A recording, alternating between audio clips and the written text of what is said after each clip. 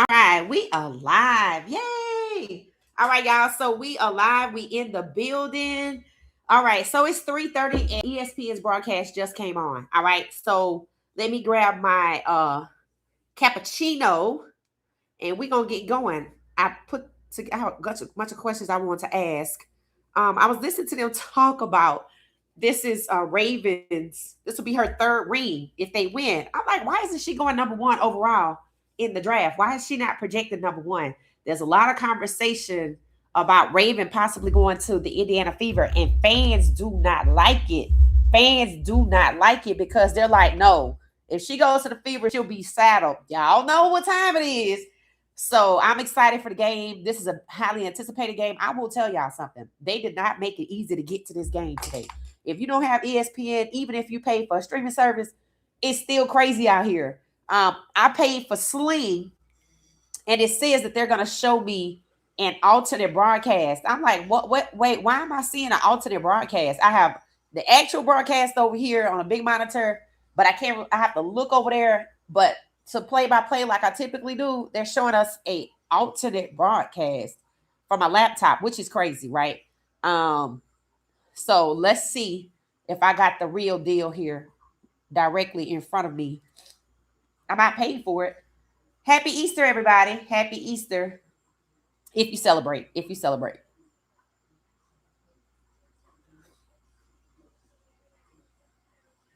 I actually like the offering from Sling where you get to get a day pass for like $4.99. We used it when we watch college football with Colorado. All right, so let's see. Heart up the chat or W up the chat. Let us know who you root for. For the most part, this community is rooting for South Carolina, but hey, we might have some visitors as guests today. Everybody's welcome. Let us know who you are rolling with. Yeah, they're calling it courtside at the women's championship, an alternate broadcast of the 2026 NCAA women's basketball championship game. So right now I'm looking at look like some WNBA players. Uh Chelsea Gray of MVP from this past year. Uh maybe that we're gonna see their point of view. And there's two other people. It say, oh, here we go. Connect with Jess, Alana, and Chelsea. Oh, okay, this is different. So I guess we're gonna see their perspectives. You can scan the QR code or send your photos. Okay, well let me get my coffee while we do this because I'm assuming they're gonna be calling the game too. Hey everybody, all right, all right, all right. Trying something new here. I guess ESPN is trying something new. Um,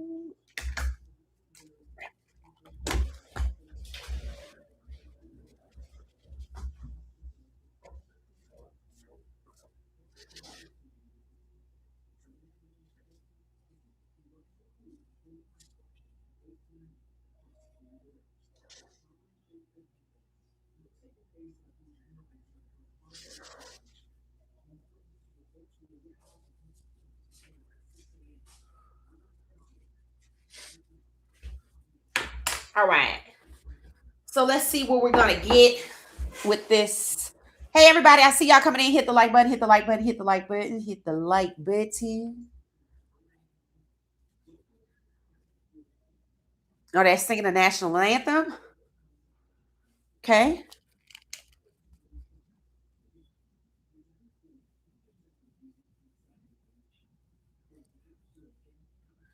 Kahara Hodges from the Navajo Nation. Okay. Singing the national anthem.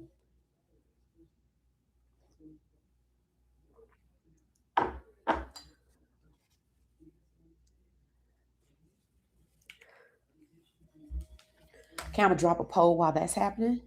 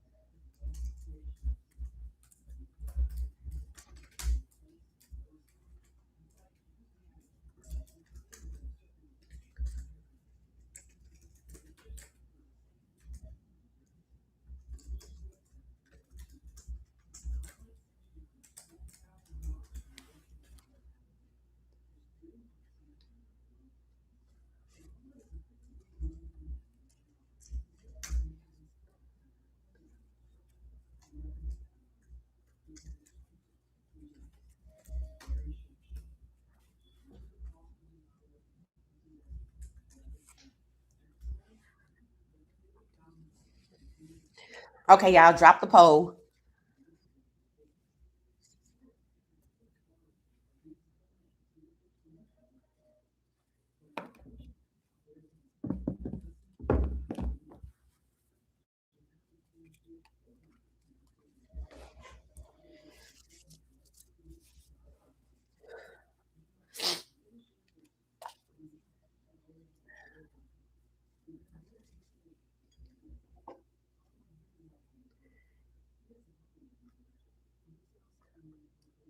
She did a great job. Okay.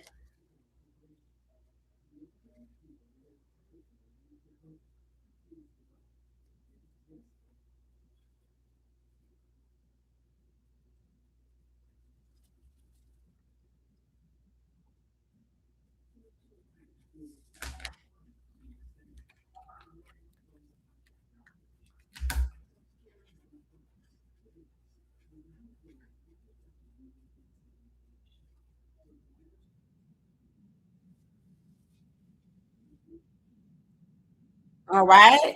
This looks like a good view. We're seeming like we're closer to the game than previously. Arena looks like it's full. Now, people believe this game will be more highly anticipated than the men's game. They're saying that women's basketball is more electrifying. They're walking into the halls. It says championship. I've seen a lot of footage with Don Staley from her playing days. Apparently, she used to play for Gino, Ariema, Coach Gino. Oh my!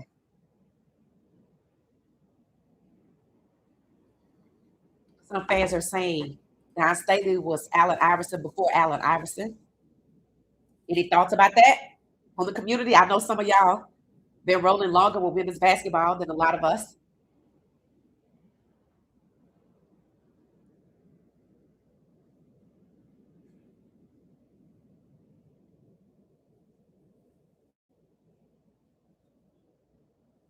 They're showing South Carolina.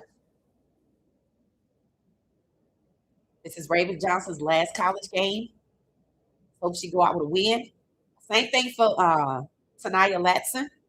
She's in the draft as well. Did y'all know she recorded a double double in the last game?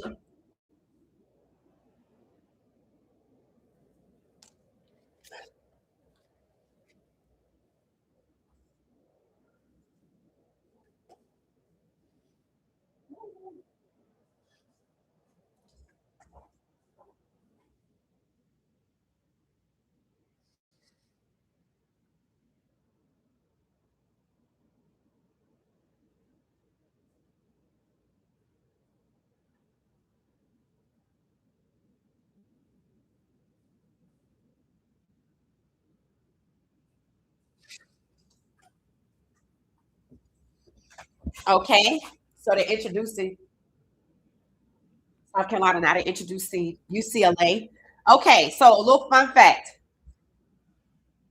the young lady Laura Betts, who from UCLA is supposed to be the starter team. Her mom is black and played volleyball at Long Beach State, where she met Lauren Betts. Now her father, who played basketball. He's British. So she's actually, African American. She's black young lady or biracial, however you want to say it. And I thought that was, a fun fact because I think a lot of people, what happened? Too many people are watching the stream. Oh my gosh, really? Too many people are watching the stream. I have never seen so many complications for a basketball game.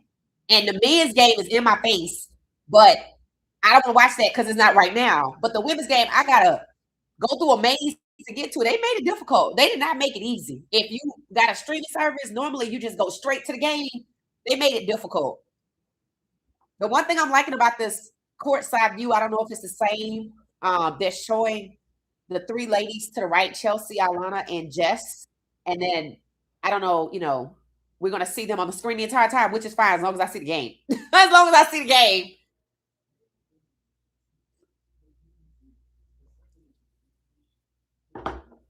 Now, another interesting fact, and I might save some of these facts for timeouts and half times. They showed the coaches that were nominated for the Naismith Award. Not one of them. It Don Staley wasn't on the list.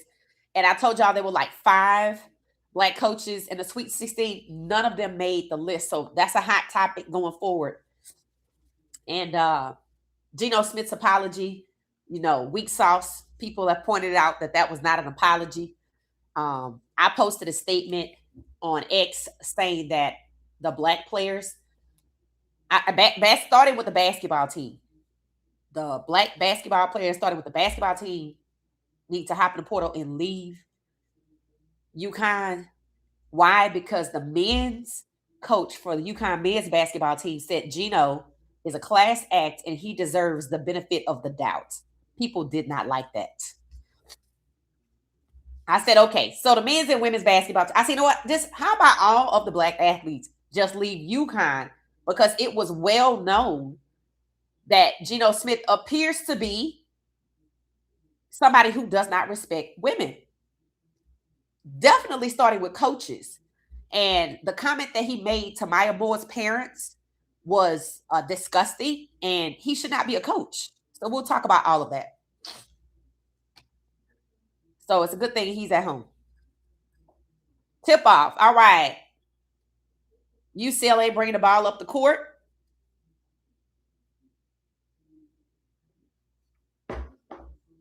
Now, this is UCLA's first title appearance.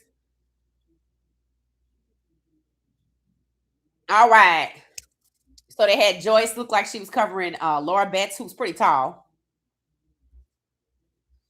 Laura Betts is expected to go first in the draft. Let's see if she deserves it in this game. All right. Tanaya Latson coming up the floor. And she misses it. Who was that? I don't know who that was. Got it. No, she missed it. Okay, they're going to try it again for the third time. South Carolina. Third time's a charm. Third time's a charm. Third time's a charm. Oh, that was Okot. Okay, so Okot tried it and missed it, but eventually got in there. They got their rebound at least 1, 2, 3 times. That says a lot. If you get your own rebound 3 times and one drive, ball deflected. All right, so South Carolina has the ball. Look like turnover by UCLA. Joyce up the court and misses a layup. Come on now. Let's get a little warmed up. We can't be missing these layups. That's the motto. You can't miss these easy layups. Scores 2-2. Ball movement by UCLA. Somebody called the whistle or a timeout or something. Let's see what happened. People say Tessa Johnson doesn't get enough credit. So we're going to make sure we give her credit. All right, UCLA, ball movement, headed to the basket, got there too easy, and she missed it. I don't know where her defender was. Ladies, wake up. It's 4-2. You don't want to lose to these people. You don't want to lose to UCLA. All right, ball movement by South Carolina. Somebody's trying to do a spin move at the basket and get their shot in. It did not go in. That looks like it was Okot. Now, y'all know Don Staley is the queen of adjustments. She was being praised for the adjustment she made to have Raven to defend Sarah Strong. UCLA ball movement, they missed. They tried a shot, and they got it in on the second time. Got their own rebound and got in the layup. The score is 6-2. Lauren Betts, all right, she has 4 points already. 2 for 2 on field goals. All right, she number 1 overall in the WNBA draft. Tanaya Latson trying to make something happen, and I think she drew a foul. I heard a whistle blow. Let's see what happened.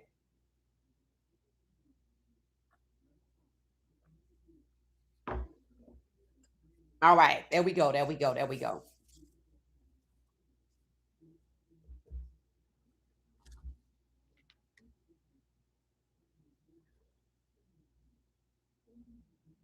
Oh, there's an interesting story about the number 55 jersey that Sarah Strong went to put on. We'll talk about that. All right. Tanaya makes her first one. Let's go, Tanaya. Let's go 2 for 2. Score 6-3. UCLA up by 3. Okay.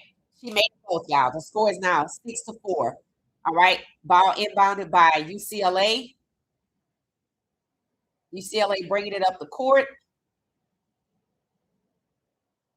bounce pass. UCLA is on a 30-game win streak. Oh, she got in there and she missed it and they got it. She missed it. They got their own rebound and they made it. Coach John Staley don't look worried. 8-4. It's early. You know, I say she the queen of adjustments. People love how she had McKeer all season long, but to use somebody else's term, marinating, just sitting there marinating and use her as a weapon in the playoffs. I totally agree. That young lady is everybody's new favorite basketball player. All right. UCLA was at the line. Gabrielle Jaquez, and she got the basket. So it's 9-4. 9-4. Don Staley doesn't look worried though. Ball moving by SC. Tessa has the ball in her hands. Bounce pass low. And it was a shot, but it was missed. Kicked it back out to Tanaya Latson. Let's go. Tanaya got superior handles. I think she got Kyrie Irving handles. Turnover at the goal. They didn't get a score. All right. 9-4. UCLA is up by 5. Slowing down the game. Ball moving by UCLA. Great handles. Try to get to the basket. Turnover underneath the basket. Joyce Edwards keep missing the layup. Girl, what are you doing? She makes it all the way down there and misses it. And thank God UCLA missed the 3. All right, Tanaya Latson bring the ball back up the court.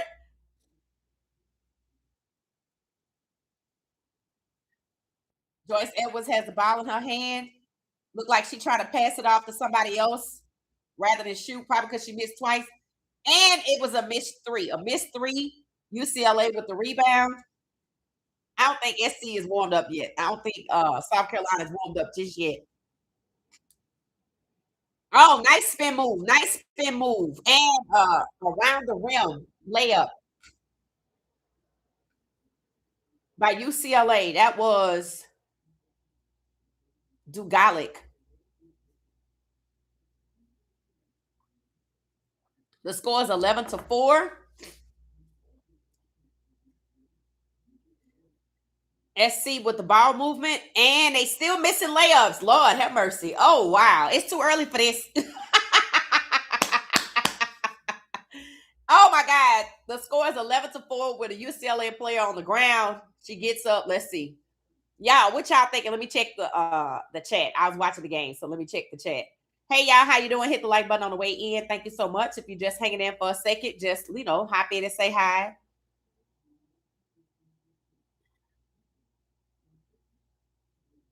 Happy Easter, everybody. Happy Easter. Hey, how you doing, Crowley? How you doing, Crowley? Selmo, what's up, Selmo? I see y'all rolling with SC. SC, anybody rolling with UCLA? Nola, we rolling with them Gamecocks. I know that's right. You know Shiloh played. Yes, I was looking at the picture that Shiloh played. It was trying to post it, but got caught up doing something else. I gotta go change my glasses, y'all. Hold on one second.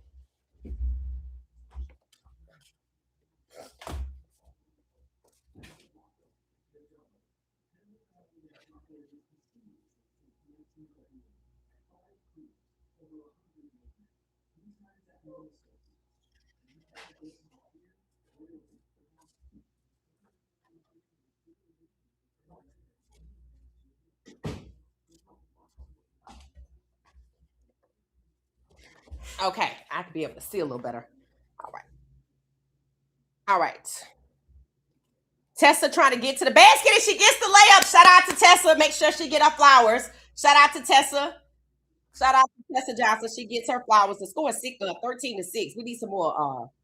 I need SC to wake up. I get it. I get it. It's still early, but whew, come on now. But we have watched them close out a 10-point lead. So, all right, it's a commercial break. Let's see what we got going on. Yeah, Joyce had let me see what it was called. Joyce was a leading scorer. I mean, we talked about Joyce in the last game. Somebody was thinking her play wasn't all that great. So I think I saved some information. Let's see. It said most points in a single season, program record for South Carolina, Joyce Edwards. So shout out to Joyce Edwards. So whoever thought that she wasn't holding her weight is incorrect. Joyce Edwards is single season record for the most points in program history. Shout out to Joyce. All right, I'm shouting y'all out. Hey, Selmo, how you doing? Welcome back, and let's see who we got in here. Amber, how you doing? Tony, what's up? What's up? Thank you for hanging out with us, fam. Hey, Miss Pamela Crowley, Pretty Brown Eyes. What's going on? What's going on? It said who can guard Tessa. I know that's right. So it looks like this entire chat, like I thought, we rolling with SC the Gamecocks. And yes, Shiloh used to play for South Carolina. I have to see if I can find that photo. We're on a commercial break. Okay, fun fact, fun fact. I'll share it on the screen. Fun fact. Remember I said, yeah, I think that Raven Johnson dates another professional athlete or athlete. Come to find out that is correct. And he plays for the Seattle Seahawks. So they're saying if she wins this, well, she's already a champion. She has 3. But if she wins this championship, again tonight, she'll have, will she have 4 rings? Yeah, because she's been every year that she's been in college. So can anybody guess who it is that she's dating? I think this is interesting. It's going to be an interesting base story for me. For what she said, Bay will love and sports meet up. So it's on the screen. He plays for the Seattle Seahawks. His name is it Nick Emanwari? Yeah. So that's what she did. So if y'all follow the Super Bowl or you follow the Seahawks, you know who this young man is. So yeah, I like to see this. This is great. I think a lot of athletes I would think would date more because they kind of understand the lifestyle, the travel schedule, the culture. So it's just nice to see. That's a cute photo of them, by the way. So yeah, he plays for Seahawks. Shout out to him. Because he already got a Super Bowl ring. Nice. And I wonder how long he's been in the league. I don't know. He could be a rookie. It said they're a power couple. So I really like that. We're on a commercial break. So shout out to Raven Johnson and Nick Emanwari. She'll be in the WNBA. He's in the NFL. They're a cute couple. So stay tuned for a future base segment by What She Said Sports, where sports and love and relationships meet up. Yay. All right. Let's get back to the game. Let's get back to the game. They showing Sarah Strong ripped jersey, where she ripped her own jersey. Now, for him to fuss and scream, she missed a shot. She ripped her own jersey. She switched to the number 55. If they had won, they would have had 55 wins or something. Yeah, they would have been on a 55 win game streak. So the jersey was planned for her to switch anyway, but she ripped her own jersey out of frustration. So everybody's calling out Gino. I say he needs to be fired because it's deeper than I was frustrated because we lost. Absolutely not. So we'll keep talking about that. All right, back to the game. All right, Joyce has the ball in her hands. Makir is in there, and she shoot. Did she make that? Makir comes in, and she already got up to 10 points, closing it with the 3. Come on, shout out to Makir. Last game, she was 6 to 13, 46%. Good job. Makir comes in off the bench and closes it to a 3-point lead. 13 for UCLA, 10 for South Carolina. That young lady is the future of women's basketball. All right, UCLA tries it and misses it. They rebound the ball. They got ball movement. They make their shot from the side. A corner shot. The score is now 16-10. That was Charlize Ledger Walker.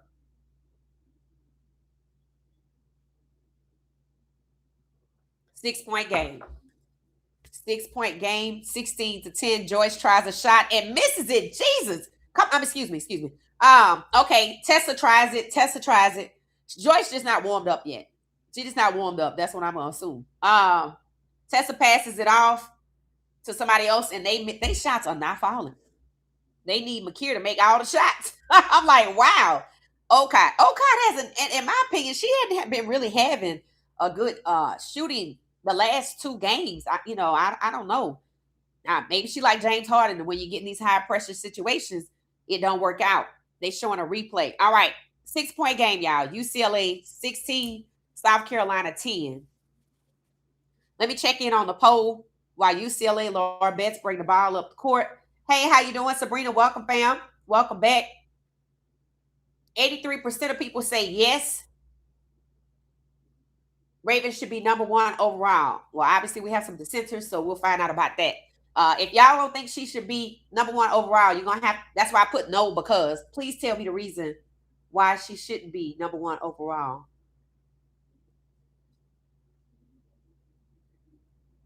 All right, here we go.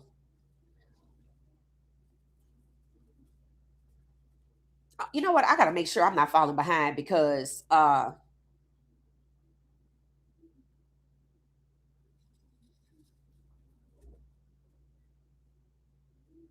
right, ball movement by by SC.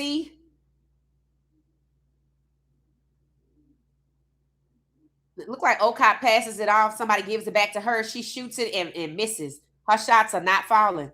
If that is her shots are not falling. I don't know how many times we're gonna continue to do that. UCLA try to bum rush the basket and miss, kicks the ball out. They damn near out on the other side of the court. I think it ended up in a turnover. Let's see. UCLA's coach is one of those that was nominated for the Naismith Award. I don't know how Don Staley didn't make that. That's crazy. Virginia fired their coach, a black lady. We're going to have to talk about that. Don Staley called up the athletic director for Virginia and asked what's going on. And then she called up the head coach. And this head coach that was fired, the lady, I forget her last name, is hyphenated. She took them to the Sweet 16 for the first time since 2000, and they fired her. So everybody's asking questions. What's going on? What's going on? What's going on? So I don't know. We're going to have to see. Have to look in. Like I say, it's a lot going on in basketball world right now, obviously, not just the playoffs. And while they try to get it together on the court, it looks like there's a timeout. And as days go on, the media is found guilty of rooting for UConn. The media is supposed to be neutral. The media wanted UConn to win. Can y'all guess why? Not just to get to number 55. There's another reason. We'll talk about it. All right. Makir has the ball in her hand. Let's go. Got it. She shoots it. She misses it. It's all right. The long three. Score is still a 6 point game. 16. UCLA 10. South Carolina. UCLA got ball movement. They got the ball back, so they got ball movement off that rebound. Let's see. They missed their own shot. They missed their second layup opportunities. Good to know it's spreading around and not just indicative of South Carolina with these missed layups. Coach Don Staley talking to the refs, explaining. Laura Betts is on the side showing something about her throat. They start players on the bench. UCLA takes a shot, misses it. Good. Come on, South Carolina. This is the window. Joyce looks like she bringing it up the court. And, McDaniels is in there. McDaniel is in there. I think that's Alicia taking a shot from the corner. She missed it. So Don Staley has changed up the lineup, and so has UCLA. They showing a celebrity, Jamie Jaquez Jr. coming up next. He plays basketball for. Is this Jaquez? Is this brother or something? Y'all, he look like he a celebrity or he play basketball or something. They gonna interview him next or something like that. So. Laura Betts is out. She's out. Something's going on with her throat. She keeps motioning her throat. Something happened. All right. Ball movement. Makir has the ball. Look like she's trying to get to the basket. Kicks it out, and it comes to turnover. Behind the back dribble pass. Nice handles by UCLA. Great ball movement. They're at the basket in the paint, and she tried to debo her way, and she misses it. All right. SC, South Carolina gets the rebound. That looks like Tanaya Latson. Good job. Give it to McDaniels. McDaniel pulls up the shoot and misses it. 10-16. Scores till 10-16 with 44 seconds left. In the first quarter, Don Staley with her Balenciaga 01 jacket on. while Laura Betts is trying to comfort her throat. Something, she must have got hit in the esophagus, and it caused some kind of problem. It said Laura Betts is the number 4 WNBA prospect by ESPN. So they don't even have her at number 1 overall. Um, I guess it depends on who you ask. Nice spin move by UCLA, but that's not the team we root for. But the score is 18-10. South Carolina need their shots to start falling. They just missed the layup. They just missed the layup. Nice handles. Ball mover by UCLA. They trying to get it done, trying to get to the basket. They go back almost half court. And they try to go back into the paint. They step outside the line and they make the three. She had too much time. You can't just let people. That was who? Kiki Rice. Yeah, that was nice what she did, but she had too much time to do that. You can't let somebody have the ball like that. You got to try to get it. Like, that's the whole thing. So McDaniels, see, the problem is I don't know who's supposed to be defending her, but she was just over there by herself, and they just let her have the ball and have her way while two people try to. I don't know if it was split defending or what. So anyway, South Carolina gonna need to get it together because UCLA, this their first trip, and they gonna be cocky as hell if they win on their first trip like that. So we gonna see. It's still early. Who's that? Amber. Hey, Amber. Amber says my little cousin played for Coach Staley a few years ago. Her dad played in the NBA as well. Kayla Davis and Antonio Davis. Oh, okay, Antonio Davis. Why is that sound for me? Did he play for the Spurs or something like that? Amber, you do live in Dallas, so that might be the same people. I don't know. What's good? What's good? Hey, that boy, how you doing? Shout out to Westlake High School in Georgia. Yeah, in Atlanta. Yeah. Oh, there are 2 Westlake High Schools. I think I heard there were 2. Who can guard Tessa? And see, yeah, they can't make anything. They got to get it done. They got to get it done. They got to get it done. They can't make no shots. That's crazy.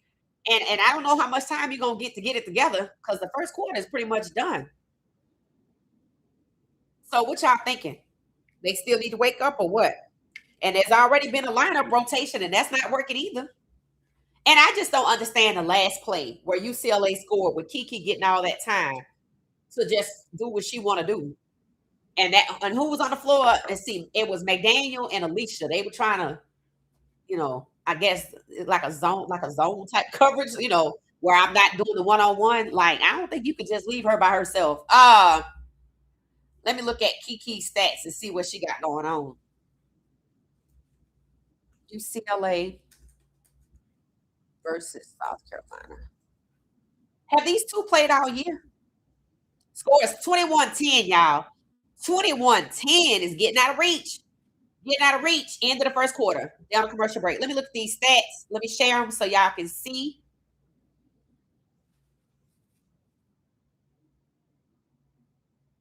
All right, on the screen. Let me make sure y'all can see. All right, on the screen. So Joyce Edwards, 0.0 field goals, 0 or 3 on 3-point shooting, 3 assists, one steal, no turnovers. That's good.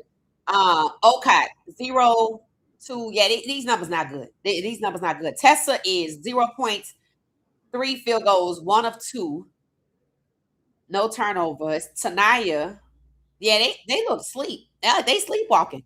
Raven Johnson, 0, 0, 0 of 1.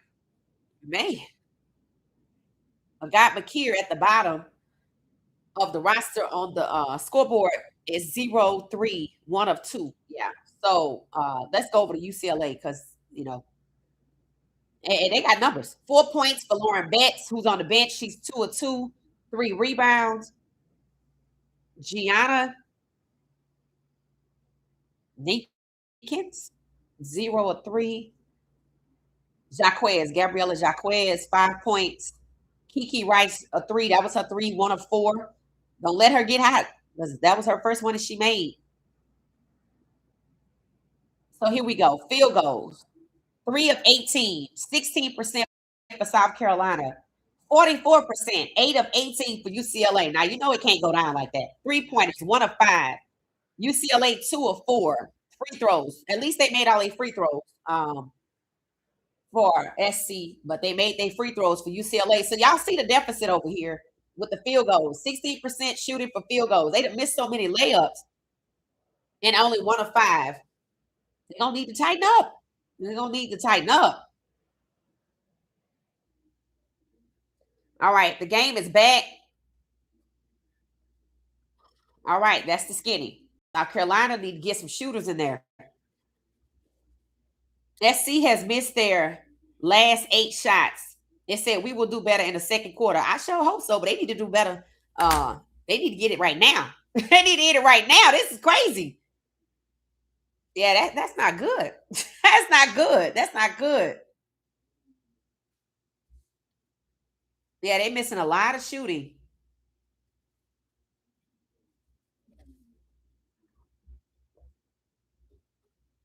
All right, so what we got going on? Let's see.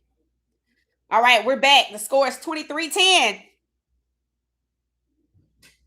23-10.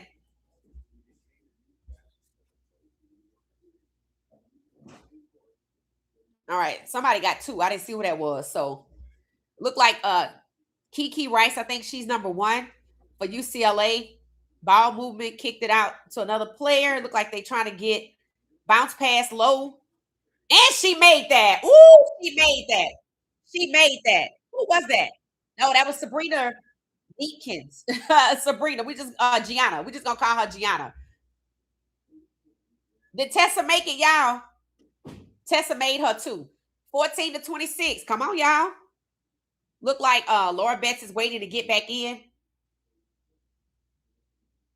I wouldn't say UCLA is balling out. I would say South Carolina needs to step it up. Like they not even playing their own brand of basketball. Unless this is some kind of strategy to make the opponent comfortable and think they're going to win. I don't know. Come on now. Tessa is at the line. She was 5 when she got her 2. She made this one. All right. She made the ones. The score is now 15-26. Man.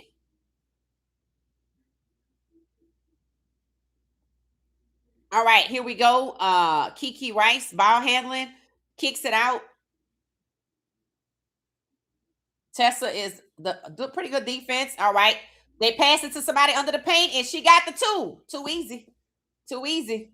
It's going to happen, though. 28-15. That was Jaquez, Gabriella Jaquez. I don't know if that's this man's sister or not. He's over there commentating, Jamie Jaquez Jr.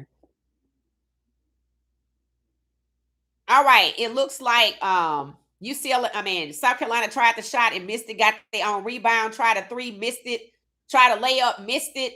Of course, on the 3rd rebound, it goes to UCLA. Come on, ladies. UCLA is the momentum is swinging their way. The score is 28-15. Man, I don't know what the problem is. I don't know if everybody's the problem.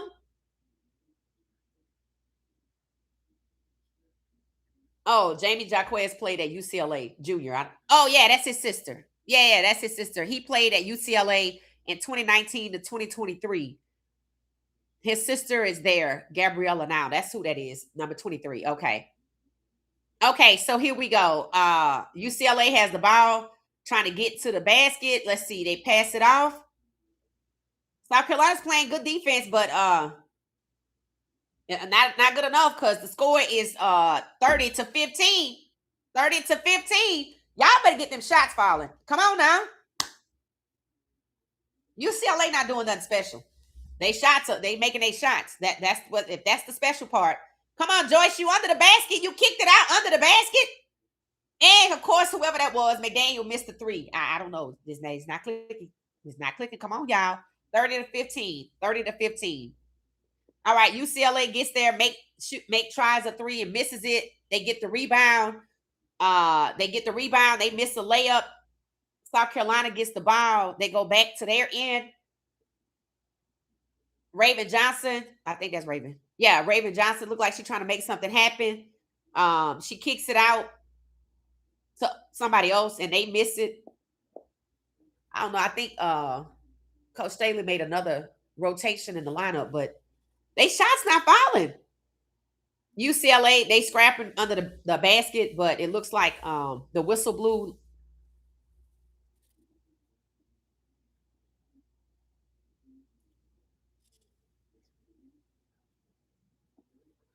Whew, okay.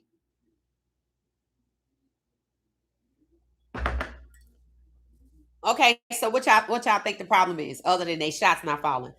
All right, Tanaya passes the ball to McDaniels. Who is McDaniel playing for? Um, Tanaya Latson, great ball movement, handed back off to McDaniels. McDaniel back to Tanaya. Tanaya try to get in the paint. She makes the shot. Come on, come on, come on. Let's go. Let's go. We'll take them 2 points. 30-17. Oh, that was Raven. They said that was Raven. That was Raven. She's 1 of 3 on field goal.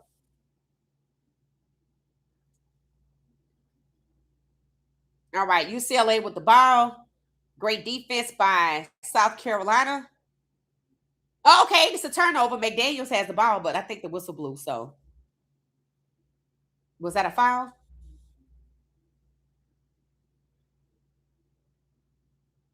That was a nice shot. Oh, that was Raven. That was a nice shot. She definitely should be #1 overall. That was a really nice shot. It really was. Shout out to Raven. Come on, let's get them cooking. All right, so UCLA has the ball. Come on, let's get a turnover or something. Score is 30-17, y'all. Nice spin move by looks like Laura Betts. Not sure. All right. Tanaya Latson fast breaking back up the court. Takes a shot and it misses. They try to get the putback, but it didn't work. UCLA gets the ball. They going back to their side with it. They trying to see what they gonna do. Let's see if Kiki Rice has the ball in her hand. Let's see what she can do. She's guarded by Tessa. All right. Kiki Rice finds her way in there, keeps it out, and they miss it. Thank goodness. All right. Kiki gets the rebound, though. Slows things down. Guarded by Tessa again. All right. Tessa making her pass the ball because she can't get a shot. Somebody left wide open, and she makes the shot. Oh, my goodness. Oh, my goodness. That was Laura Betts that made that shot. She was wide open by herself. They just lead these people by themselves. I don't know what kind of defense they got going on, but the score is 32-17. 4 minutes and 38 seconds counting down in the second quarter, just before the half. I don't think it's good to go into the locker room 32-17. It's just not good. But it ain't over with yet, so we're going to see. South Carolina got to get something together. What y'all thinking? It said they are missing the shooting goal. It said that is too many misses. That's what I said. I'm like, I know, sometimes we got to get it warmed up, but it's just going on too long. Like, no. It said UCLA are making 8 shots. That's the big difference. That's why I said it's not like South Carolina getting out hustled. South Carolina not even playing their brand of basketball. I'm like, you got to make your shots. Y'all missing simple layups. You right there. And I guess it's not enough touch or. I mean, that's just what it is. And so they missed 13 field goals in the last 15. Wow. Thank you for that, Selmo. That's crazy. 13. I'm a pin that. 13 of the last 15. Wow. Uh I'm checking on the poll. It says 75% of people think that Raven Johnson should be #1 overall. That number seems to be falling. I don't know if it has anything to do with the performance of this game, but the support seems to be declining. It seems to be declining. Do y'all want to watch the WBA draft? We just want to talk about it afterwards. Let me know. Let me know. Let me know. Let me know. We're going to figure something out. It said there is a goal control magnet if you know basketball. A goal control magnet? What's that? What is that? A goal control magnet. I've never heard that. Can you expand on that for us, Robert? Let us know. Commercial break. Commercial break.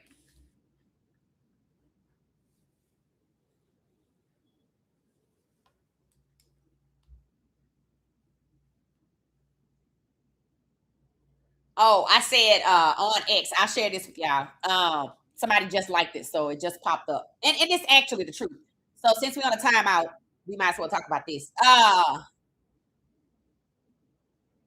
Let's see if I can share this. Second half, they will come back. They better, because you don't want to go down losing because you can't make your shots. I don't know what we're doing there. All right, so this is an off-topic sidebar. It said the bums complaining about Shadua Sanders. The bums complaining about Shadua Sanders and whining about what he needs to change. Really want him to change his skin color and shun his love of being black. They can kiss our CBA. I think y'all should know what that is. Somebody lovely one forever, like the post a few moments ago. So that's just facts, right? And that's the same thing for Angel Reese. That's the same issue for Angel Reese. They put out a indicator of the new salary increases that players will get, and they have Angel Reese at the bottom because she was drafted number 16. Carmelo Cardoso making more than her, even though they on the same ranking in Chicago Sky. People are like, I feel so bad for Angel Reese. I'm like, I'm so glad Angel Reese is living a beautiful life, but she can't feel it because they really just doing it should do on her. That's just what it is. It's the same thing, trying to hold her down.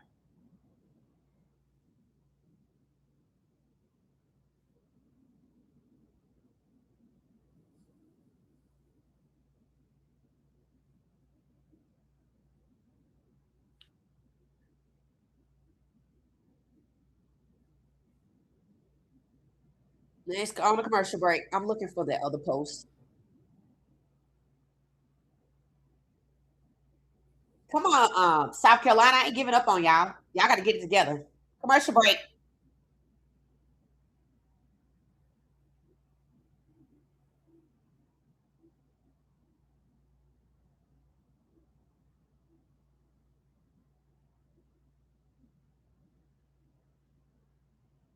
They showing a picture of Candace Parker when she was in college or something, or I don't know where she was when she was being coached by Gino, and the look on her face. I'll share that one later.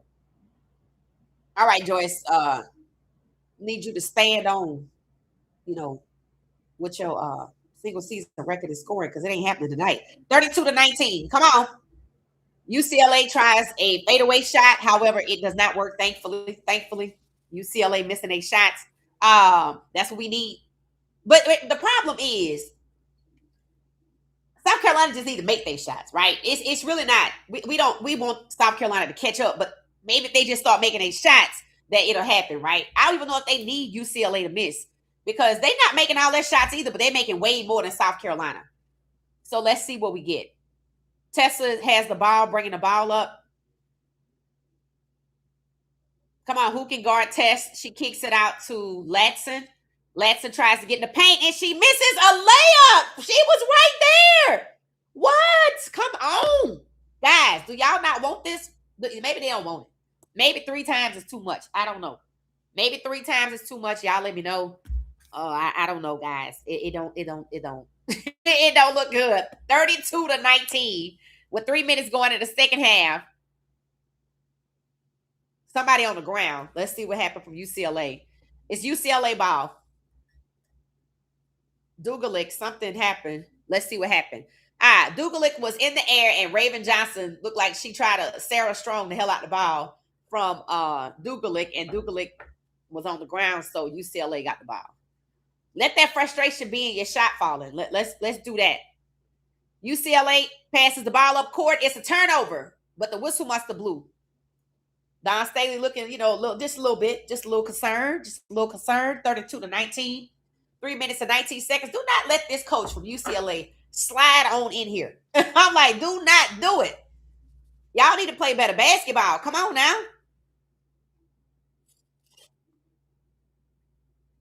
They missing too many shots while they're right there. It's not like everybody jacking up threes. No, they actually getting to the basket and still can't make the layup, which is crazy. It proves y'all can get to the basket. Joyce is guarded, and she misses another layup. Exactly what I'm talking about. They got one player double team, look like Laura Betts or somebody else. Double team. She kicks the ball out. Oh, nice turnover by Latson, who making a fast break up the court, and thank you, Lord, she made the layup. We need more of that. She's swinging the momentum. They waking up. They waking up. 32-21. South Carolina fans like, yeah, let's go. UCLA calling the timeout to slow down that momentum because the coach from UCLA sees it. She like, they picked our pockets and got to the basket. See, here's the problem. If you can miss that many layups, you're getting to the basket. But if you make those layups, you got this game. So I'm gonna need y'all to clean up at the basket because don't get to the natty and you raggedy at the basket. That's not making no sense to me. So shout out to Latson for making it happen.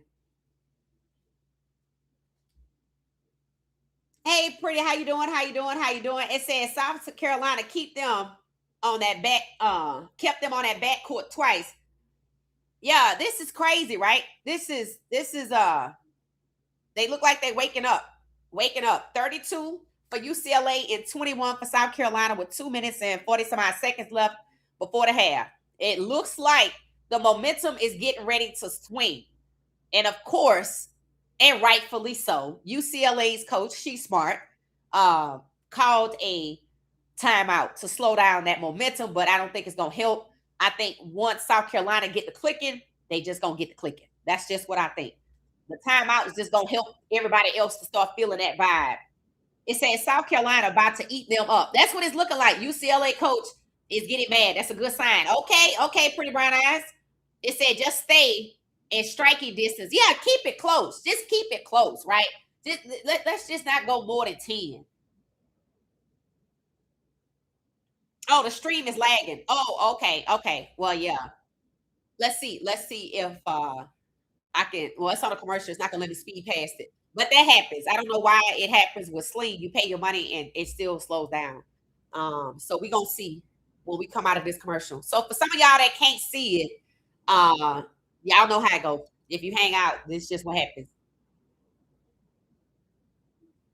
We're on a commercial break for golf. Um, that's just what it is.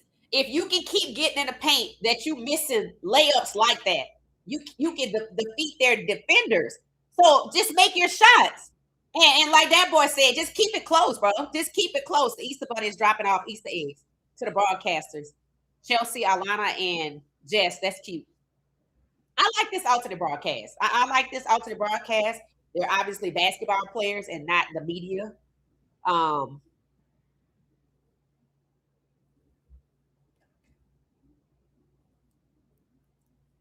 they talking about they cracking open the Easter eggs. Did anybody do an Easter egg hunt today? Uh drop some, I guess, some chicken or some hearts or something in the chat if you eat those little marshmallow uh chickens. Let me know.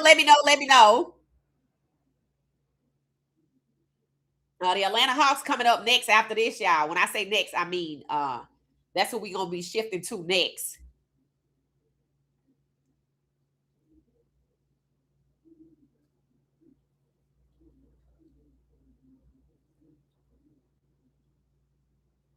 All right. Let's get back to it, ladies. Let's get back to it. Score is showing 30. Let's see what it is. 32-21. All right. All right. I'm gonna put this on the screen so y'all can see it because that way, if the stream is a little bit behind, y'all can still stay with the what it is. All right, this score right here on the screen right here. Okay, let me make sure. All right, I'm down here at the bottom to the right. Y'all see the score 21-32. This is live and active. So let me see if I can advance to see if it slowed down a little bit.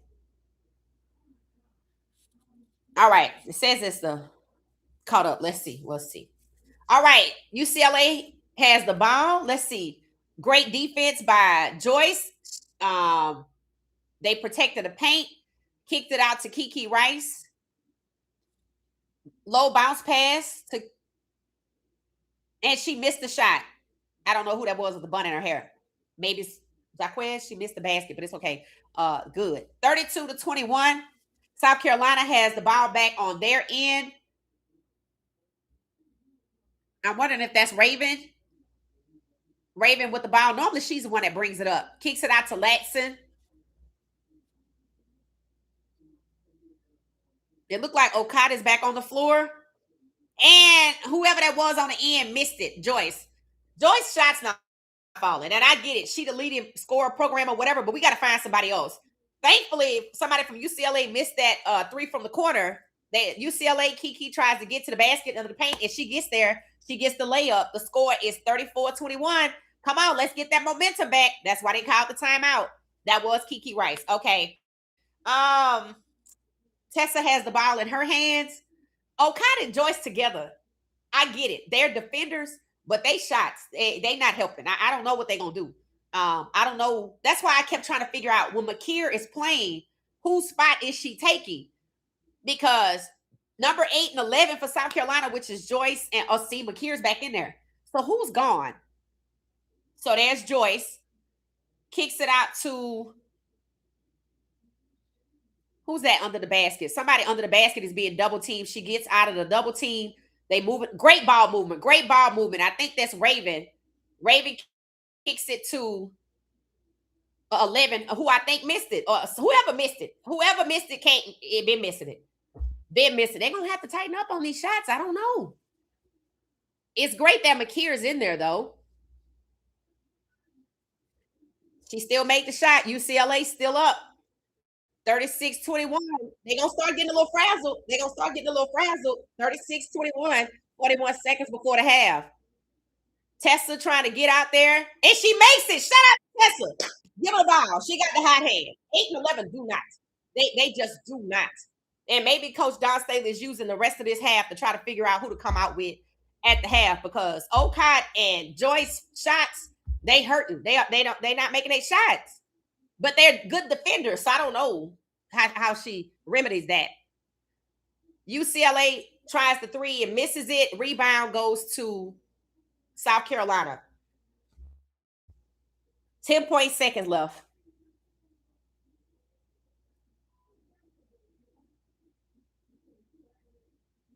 So they trying to figure out who had the ball last.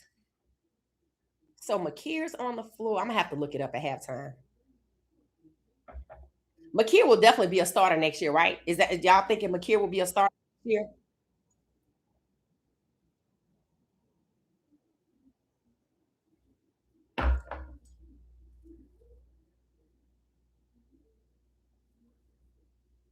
Okay, South Carolina on the dribble in the paint, and they make the shot. That looked like it was Raven. Okay, Coach Don Staley like, all right, we up. Okay, but they're not up. The score is 36-23. The buzzer rang is at the half. They headed to the locker room. Coach Don Staley looked like she got it figured out. I suspect they're gonna come out the half and they're gonna get it done. All right, it's the halftime, so I'm gonna let these ladies talk, and I'm gonna come over here to y'all. Y'all see the score on the screen? I'm gonna leave it up there, 36-23. What we got going on?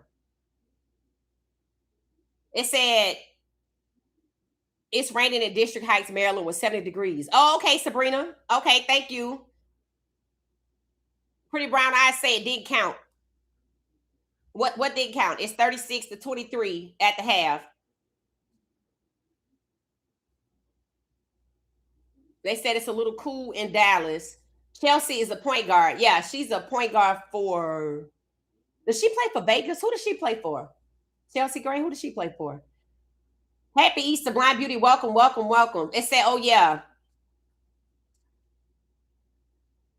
Sling is behind. Yeah, they said what, by 5 seconds? Yeah, definitely. So I have the score on the screen. It's halftime, 36-23. For y'all that are audio moving around, I'll keep up the play-by-play. That's just what it is. So here we go. Let's look at these numbers. Okay, in the first quarter, we have South Carolina 10, UCLA 21. In the first quarter alone, South Carolina only had 10 points. In the second quarter, 13 points, and they evened it up a little bit. UCLA had 15. So y'all, as y'all can see, the first quarter was horrible. Let's see what we got. 9 of 35. They only 25% on field goal shooting. That's what's choking them. 15 to 35, 42% for UCLA. That's the problem. 1 of 8 on threes. They're a little better, 3 of 8, but it's those field goals. It's the field goal shots and these misses. They miss it too much. They doing good on their free throws, but hey, that's not enough, right?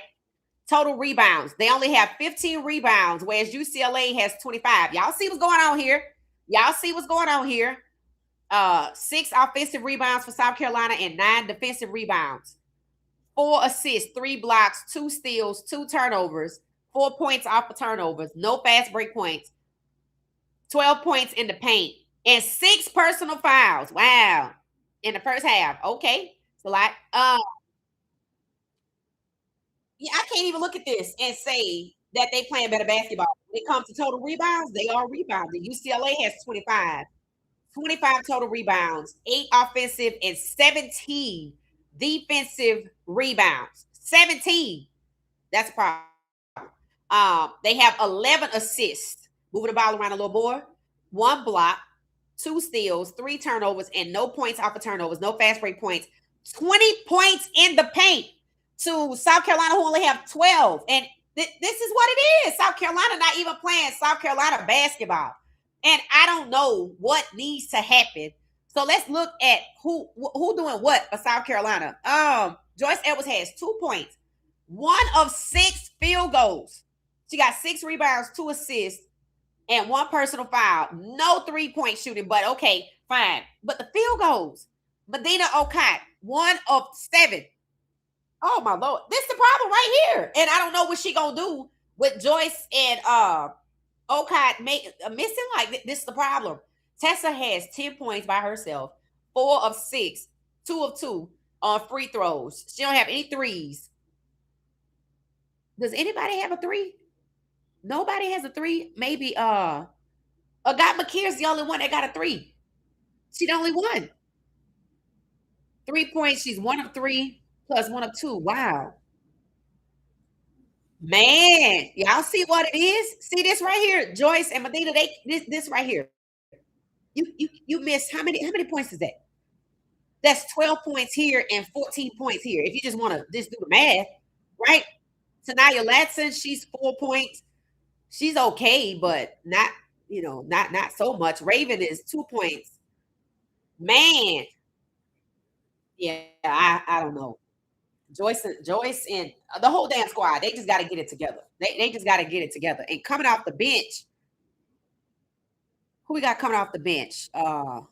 McKeer, McDaniel. McDaniel came in. She didn't get nothing. Alicia came in. Nothing. Miriam came in. I thought I saw her out there. She came in. She got 2 rebounds, but they're not playing. You got 3 people for the most part. You got Tessa, Tanaya, and Raven trying to do something, but these 2 right here, these field goals, this is a travesty right here. This 1 and 6 and 1 and 7, that's a travesty. I'm sorry. I'm like, that's your game right there. That's your game. Joyce and Medina just abused UConn in the paint on Friday night, right? So I don't know what's happening. They just missing shots they normally make. So tell me, a little bit of drama like doesn't have an effect on this game. Gino knew what he was doing with detracting. I don't. You think that's what it is? Case in point, I don't think it has anything to do with that. If South Carolina can't come out swinging in the second half, this game could really get ugly like it did in the title game last year against UConn. Yeah. I mean, honestly, I think Joyce and Medina Okot have to explain themselves. Like, you just out there. Like, you're not even getting like the defensive rebounds, none of that. Y'all just taking up space. Oh, the last basket didn't count. Okay, thank you. Thank you for that. So at the half, y'all, I have the score. Con Landon is facts. It said Joyce and Medina just abused UConn in the paint on Friday night. Now they just out here just taking up space, Brian. I don't know. I mean, Gino can't be in their head like that. Like that don't make no sense. I don't even know how you explain that your 2 bigs missing like that. Let me look at these shots from the other game. USC versus UConn. Hell, if it was football, you know what I would be saying. Hello. If it was the NFL and they were some wide receivers, y'all know what I would be saying. So you just out here missing on your routes. You just out here missing on your routes. You gonna start running on your routes. That's what you're gonna start doing. Let me look at the score from the other game. Let's see. All right. So I'm looking at the 79-51 score. No, that's the wrong one. That's the wrong one. Hold on 1 second. When I put in SC, it picks up the wrong, not the real SC. South Carolina. I just gotta type it in. Okay.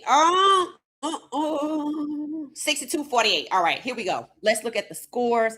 I'm just looking at it before I share it on the screen because I just want to do a little quick analysis. Joyce Edwards was 5 of 14.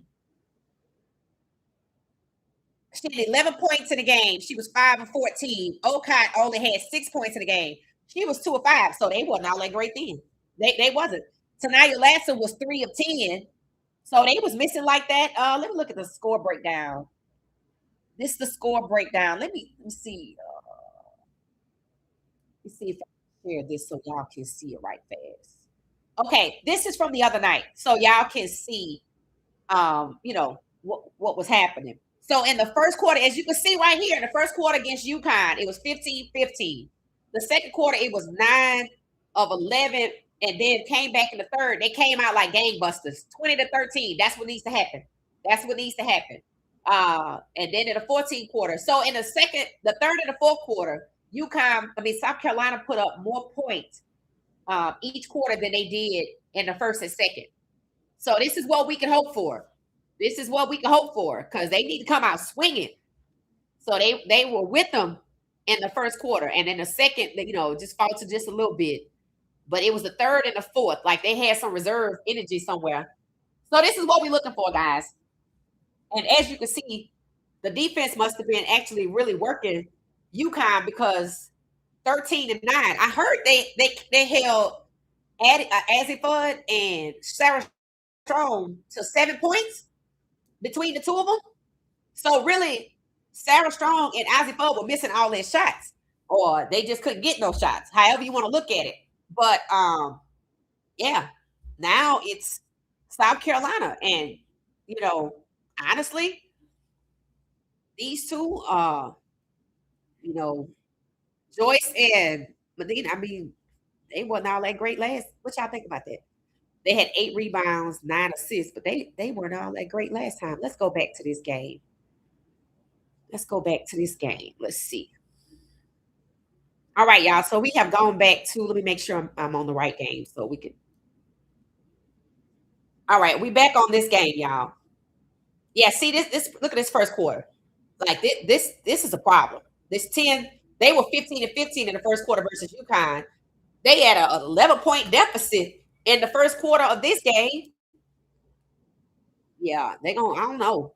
See, the problem is too many people's shots are missing. While you could look at Joyce and Medina right now and go, this is bad. Y'all gonna have to pull it up.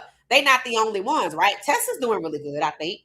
Tanaya Lotson, that's okay, but I think she'd have missed some shots too. She missed 2, 3, 6, 9. 2, 4, 6. She got 6 points. Raven, see, 1 of 3, so they missed 2. McDowell don't have anything, but I don't think she playing. Miriam, she don't play that much anyway, but she need to do something. Let's see.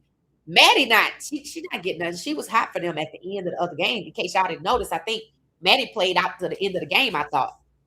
She normally kind of picks up the slack somewhere, but in Alicia, she not getting nothing. She don't have anything, but she don't have anything to have. So it looked like Joyce and Medina gonna have to pick it up. That's just what I'm saying. They're gonna have to pick that up. Let me see what y'all saying on what y'all think needs to happen in the second quarter, other than they need to come out swinging. Who need to come out swinging? That's my question. Who, I know it's a team effort, but it's also individual people within the team. You can't just say it's a team effort. It's also that they need to feed Tessa, right? Because she clearly is hot. I like that. Who said that? Case in point, shout out to you. They need to feed Tessa. I'm gonna put that in the pen because honestly, if they don't do that, it's gonna be a problem. It said UCLA did not play that well against Texas on Friday, barely winning. They look tight in that game. It said in the first half, UCLA got into a rhythm quickly despite Lauren Betts out of the game. So she didn't even play and they beat Texas. Wow. Okay, thank you for that. It said SC looks a little tired. They need a strong third quarter. Yeah, they do look a little lackluster. Gotta have that it factor. Can't let the drama touch you. Yeah. They just missing shots they normally make. Yeah, I don't think it has anything to do with that. It's just Joyce and Medina, they not doing their thing. They're not. And personally, I just don't think UCLA is like that. I mean, they okay, but it's just South Carolina's not playing South Carolina basketball. I'm gonna tell you how they playing. Remember when they played UConn last year and they got whooped? That's how they playing. Let me go look at that score. What was that? The national championship?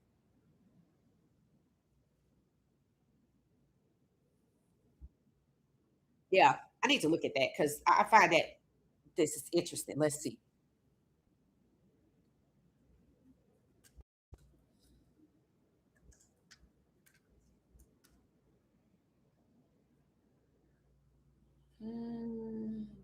2025. What game was that?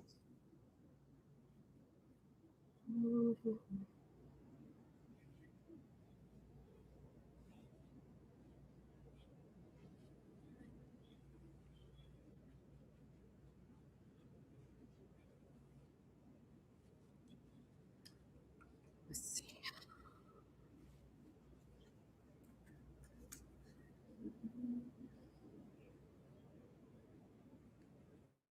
UConn defeated South Carolina in 2025, 82 to 59 on April 6th, 2025. Let me look at this. Okay, this is the game I want to see. What happened here?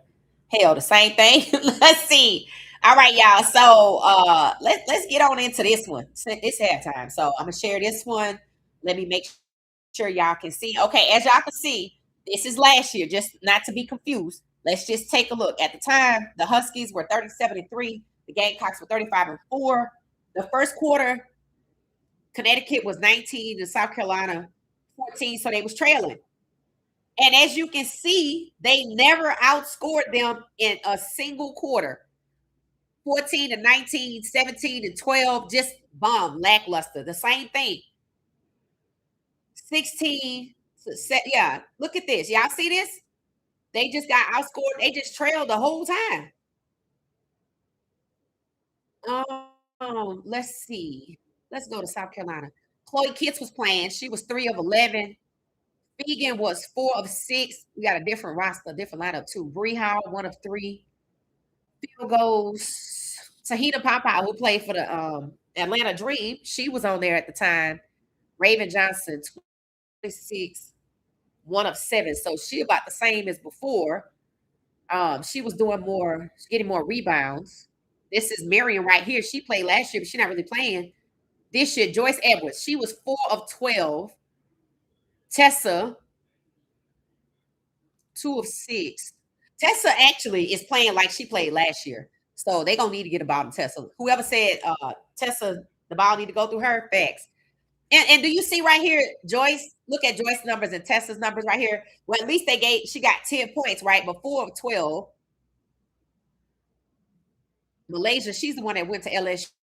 Maddie, she had some work there. So it's a different roster, but some of the same people. I don't even see Tanaya Latson on here. Did she just come in? She must have just came in. Yeah, see, the points came from Chloe, who's not playing, Sanaya, who's not playing, Bree, well, that wasn't that many. Tahita's gone, Raven, too. See, Raven is doing what she did last year, playing on defense. Joyce Edwards is slacking, bro. She need to get on in there. She need to get in there. She didn't have any three. That's fine, but at least, I mean, she was only 4 of 12, but she had 5 rebounds. So we're gonna have to see. And she had a lot of turnovers too. So I don't know. I don't know. This whole thing with Okada and Joyce, they're gonna have to step it up. Let's see where we are.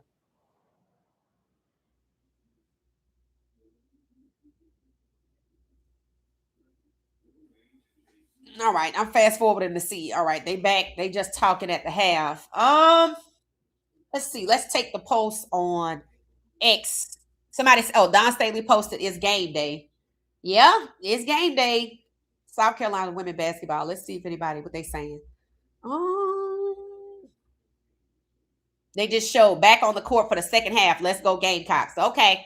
So they just showing Tessa in the mainframe with Raven guarding and Tanaya Latson at the half. 20 more minutes to make a difference. All right. All right, let me see if I can fast forward a little bit. All right, y'all. So, um, let me get back to the actual game we're watching to make sure there's no confusion.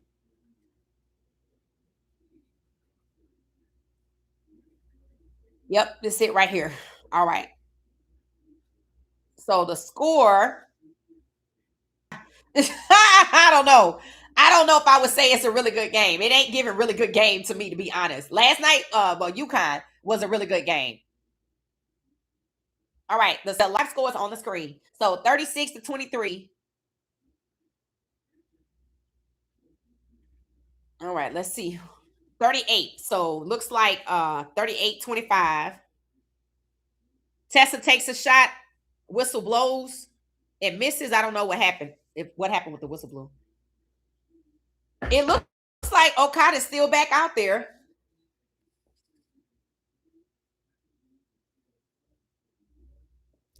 Oh, they were showing a replay of Lauren Betts getting the ball under the basket in the paint and putting it in. All right. So 38-25.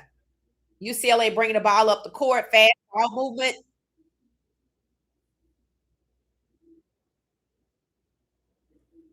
Did the whistle blow? I guess the whistle blew. Did somebody get fouled or something?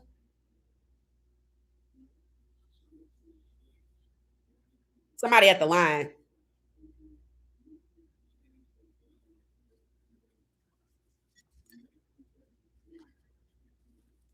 They showing Ocott look like she going to the bench. I don't know when that was though. Let's see. McKeer's out there. Tessa. UCLA missed a shot. They tried it again with got the rebound and they got the layup. All right. 40-25. Come on, y'all. Gabriella Jaquez. That's who that was. Okay. Ball movement by SC. We have Tessa passed the ball in the paint to look like that's Joyce.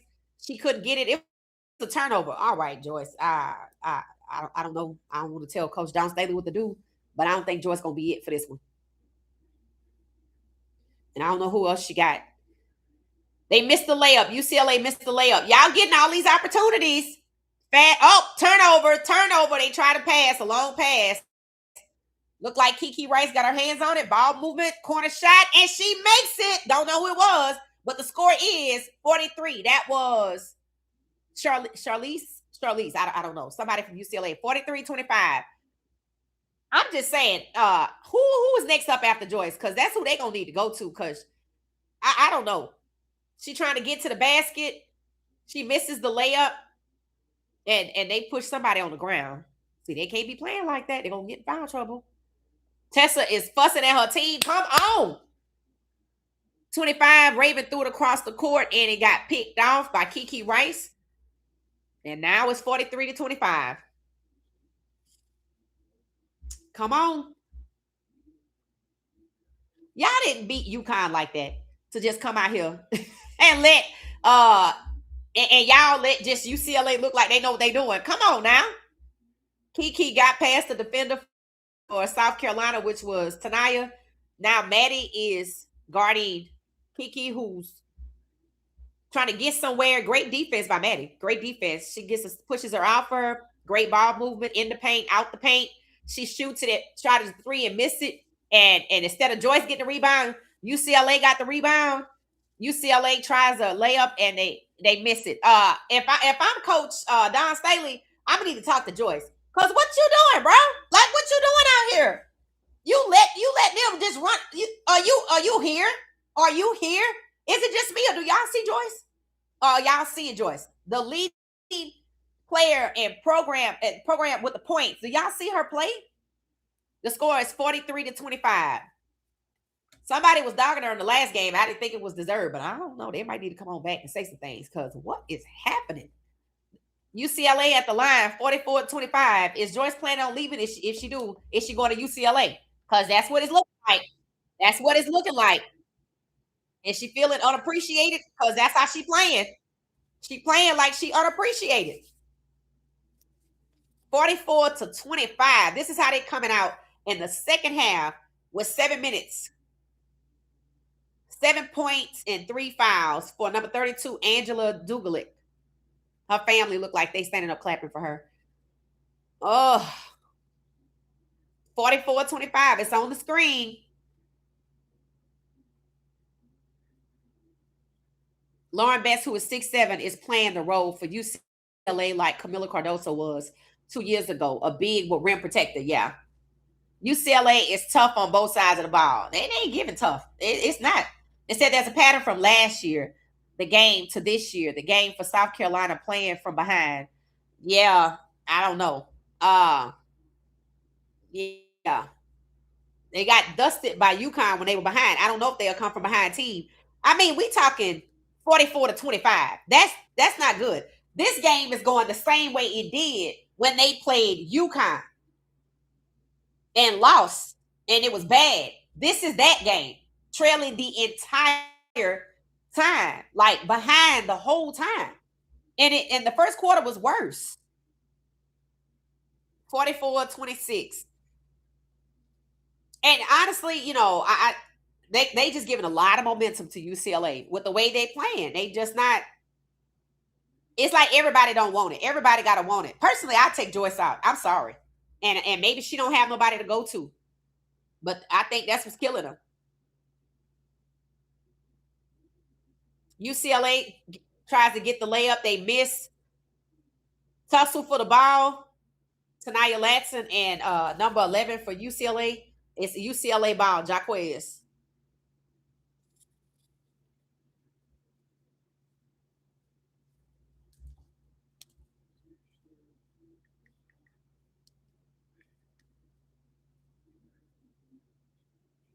Whoo-hoo, y'all.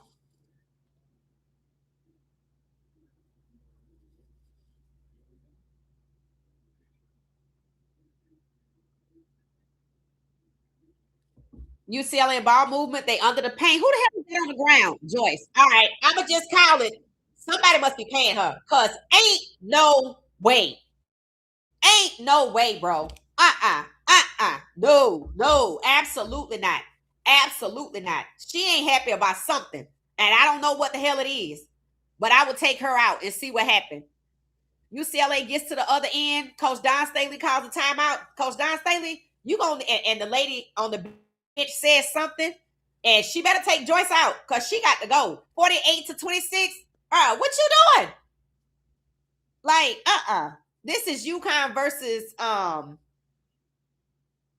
Carolina. Like, did somebody put a bug in her ear? Because she not playing right. Let me see what y'all saying. She not playing right. I'm sorry.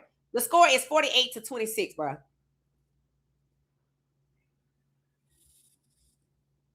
That's crazy. That's is it 48 no, is it 48-26? Or 46-26. Whatever it is, it's bad. It said, let me see what y'all saying. It said, hell now. Reminds me of Fueli last year. No. Yeah, that's what I'm saying. 48-26. All right, it is 48-26. I don't know why my screen's showing 46, but okay. Let me hit. I don't want to hit refresh. It'll just do what it got to do. Looking like UCLA gonna, what was that? Gonna get there first. Yep, game getting out of hand. If you don't take Joyce out, she can hang it up. Missing free throws and all. Yep. What the hell? Yep. Honestly, UCLA not playing better basketball, but Joyce Edwards, it appears to be under some kind of influence. And I call it what you want to call it, but I done watched enough sports to know what the hell are you doing? Are you not? If you don't think you get this done, you're gonna need to go to your coach. You out here on the ground, you missing simple layups. She playing like she pissed off that they ain't talking about her. But I just said that she was the leading scorer for the program, and you can keep getting to the basket. But the only way you don't score in the paint is because you missing layups in the paint and you on the ground. Girl, get the hell out of here with that. Something up with her. I don't know what it is. She need to happen to the portal because she clearly begrudged or upset about something. This is not her normal basketball play. She's a dog. She's not even playing like a dog. When we started watching these games together, what did y'all hear me say about Joyce? Joyce is masterful at what? Getting the basket, getting the foul, and getting the bucket. She ain't doing none of that. She ain't even playing for South Carolina right now. She just taking up space. It's like they pissed her off before the game started. And she like, well, since I just gotta be out here, I'ma just go ahead on. Like going through the motions. She just going through the motions. Her game is she a dog. She not even playing like she a dog. She playing like she pissed off and her feelings hurt. And she not trying to go all in for South Carolina. I don't know if she feel like she not getting no love, but it's her. It is her. It is her. And you can go watch the way that she played. It is her. You the leading scorer, but you can't make a layup. You're not even playing your brand of basketball, Joyce. Your brand of basketball is to get the bucket, to get the foul, and to get the basket. You ain't even doing that. And it's not like they beating you. You get to the basket over them too many times. And in the second half, instead of you missing the layup, you just on the ground. Tell me I'm wrong. Tell me I'm wrong. All right. So I asked, should Raven Johnson be number one overall? The score has dropped to 60, 65 percent. So y'all don't think so. All right. We just gonna leave it there, see where it lands at the end. All right, we back. We back. We back. This is bad. This is bad. This is bad. This is bad. This is bad. This is bad. This is worse than the championship game of the UConn. Yeah, I'm gonna just say it. It's Joyce. I don't care. I watch her play enough in a very short amount of time to know her basketball game, and this ain't it. And I don't know why she not playing her game. Let's see who on the floor. 48-28. That's what I'm showing. 48-28. I see Joyce still out there. She's still out there, and that's a mistake. That's a mistake. That's a mistake. Ball movement, great ball movement by UCLA. McKeer's still on the floor. Joyce got the rebound and handed it off to Tessa. All right, all right. Y'all said get the ball in Tessa's hands. She was hot. Let's go. Let's go. Tessa to Tanaya Latson. Tessa takes the shot and misses it. It's short. South Carolina got the rebound in the corner. Looked like Alicia was out there. Let's see. So, okay. Coach Staley made an adjustment. She took out Ocott, but the problem is she left Joyce. That's the problem. That's the problem. So she might not have the depth on the bench to take both of them out. But Ocott is doing what she been doing. Joyce, say what you want to say, baby. Commercial break, commercial break, commercial break. And like, I'm not going to speculate. I think their win over UConn may have taken a lot out of South Carolina, especially when you have a quick turnaround. Now, these women understand this. They conditioned for this. A quick turnaround, that ain't nothing new for them. Absolutely not. Absolutely not. I'm gonna just be honest with you. Joyce not playing her game. And here's the thing. Coach Staley know that. So what she did was, I don't think she has the depth, obviously, to take out Joyce and Ocott. So she tries taking out Ocott. I bet if she take out Joyce and put in somebody that can actually play, that want to play, her second best person. You see, Alicia is replacing Ocott. Joyce is still your problem. She's still gonna be your problem. So I'm gonna tell y'all how this gonna end. If Joyce is still in that game and she don't get no better, it ain't happening, bro. When you look at Tessa can bring 21 points, right? Joyce is the leading scorer for the program. What she got going on? What she got going on? When your leading scorer for the program is on the ground or can't get a simple layup, I'm sorry. She got to come out. But that's just what it is. They not even getting out hustled. If they were getting out hustled, I said right now I'm showing field goals for Joyce Edwards. 1 of 8. That's 14 points. That's 14 points. Medina Ocott is out, but 2 of 8. Tessa has 10 points. She has the most points in the game. Tonight, Lasson only got 4. Raven got 2. We know she was over there playing defense. Maddie McDaniel finally got 1. Ocott got 5. When your leading scorer has 2 points, it ain't happening, bro. It's not happening. It's not happening. When your leading scorer has 2 points and you don't take them out, you don't have nobody else to go to, it ain't happening. It's just not going to happen, bro. It's not going to happen. It's not going to happen. It said Laura Betts is killing. Now. Laura Betts ain't killing Joyce. Joyce ass on the ground and missing layups. You talk about 14 points. This girl has been out here the whole game and she got 2 points and she's leading her brand of basketball. This girl specializes in the bucket, the foul, and the free throw. She got 2 points. She not even getting no foul calls.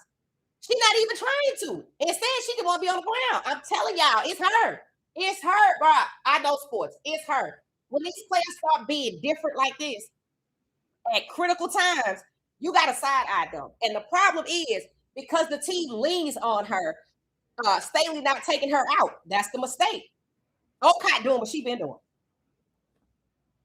But this one right here, she ain't playing her game, and that's who need to come out. And I'm sorry, she will be on the bench. When your leading scorer has 2 points, from Miss Layups, bro, get the hell out of here.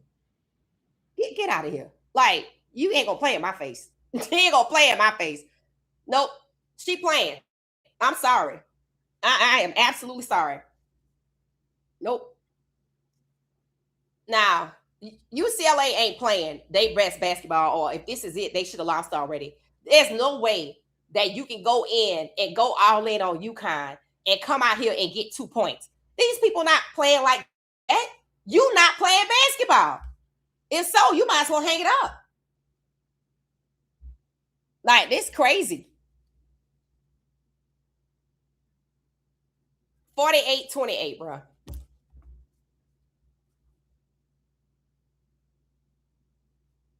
Oh, they got Charlamagne the God on interviewing him. So I guess this is a nice alternative view. I appreciate it, I guess. South Carolina just scored 48-30. Somebody got some points. Let's see who was that. Was that Joyce? They scrabbling for the ball on the ground.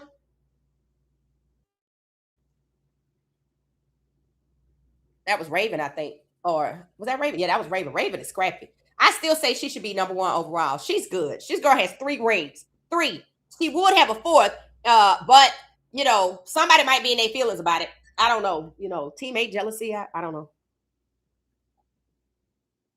48-30.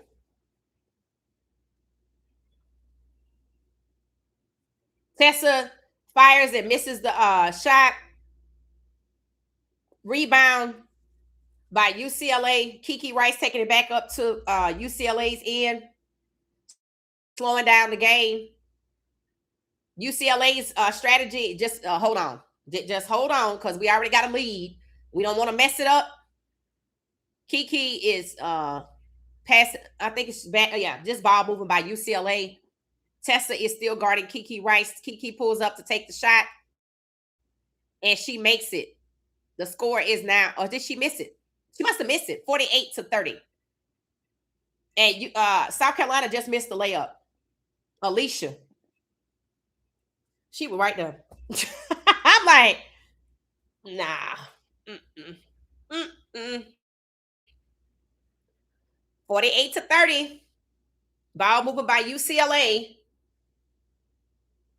Somebody just fires a shot and makes a 3 from that was Jaquez. Jaquez just made a 3. Don Staley is looking. She like, all right, 51-30.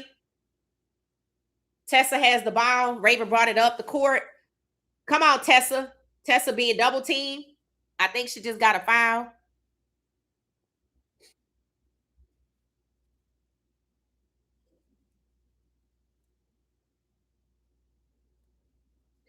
(51-30).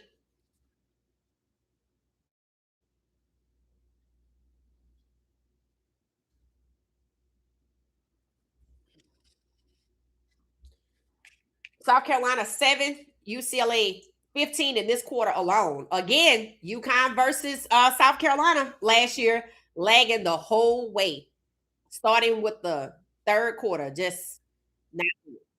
Just not good. Just not good. Not good. Not good.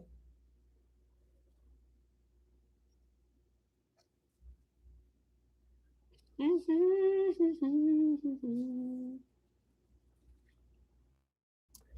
51-30. Let me fast forward to see if I missed anything.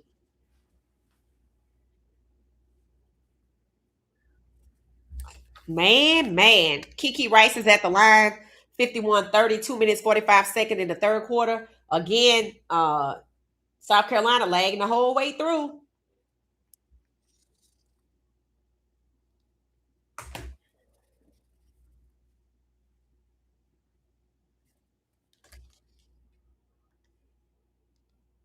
Crazy, bro.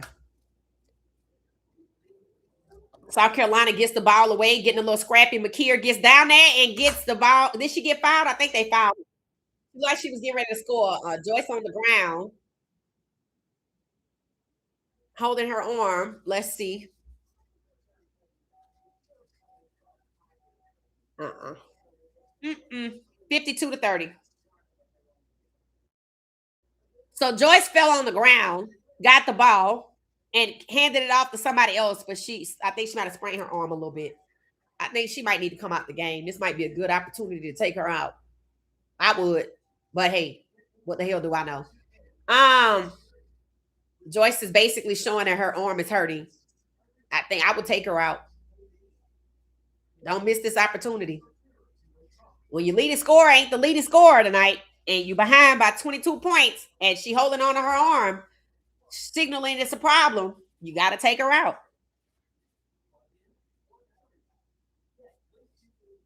They wrapping somebody's leg over at UCLA. Their knee. Number 18. I don't know who that was.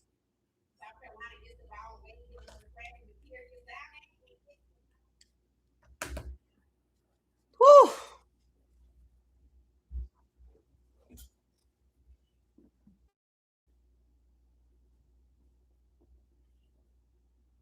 Two minutes and 37 seconds, 52-30.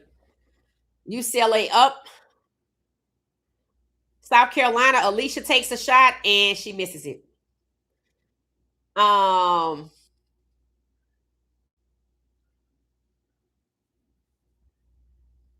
Kiki Rice brings the ball back up the court. Joyce is on somebody. I don't know who that was. UCLA takes the shot and misses it. The rebound goes back to UCLA. Great ball moving by UCLA. They take the three and they make it. They take the corner shot and they make it. Who was that? Gianna. 55-30. All right. Is this where people start giving up? Joyce has the ball, kicks it out to Test. The whistle blows. 1 minute 54 seconds.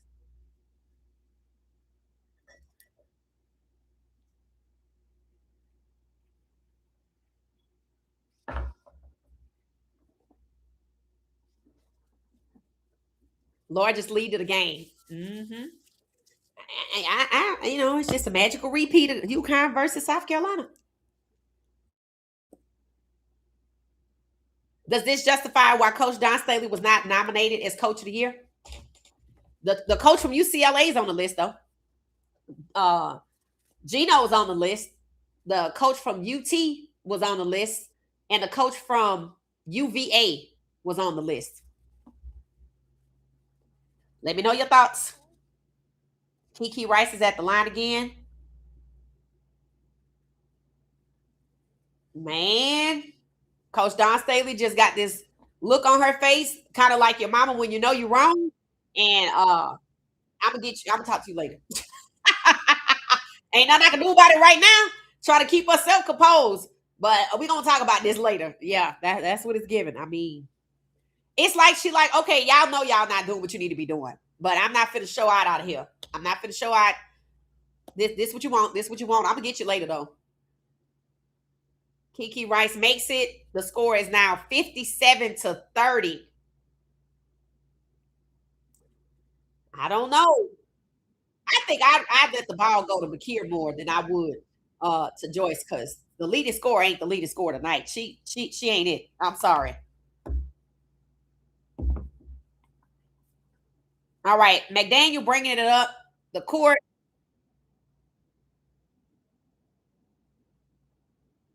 Tonight, Letson with the ball gets to the paint. She trying to find a shot, and it's a turnover. It's a turnover. She tried to pass it to somebody. It's just a turnover.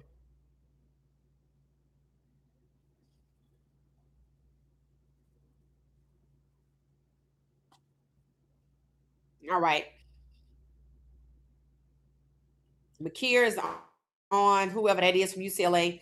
A whistle blew, but it looked like the game's still in action. Let's see. Ball moving by UCLA. They get into the paint, kick it out, and they missed the three, thankfully. Kick it back out. We're going to try it again. 57-30. 57-30.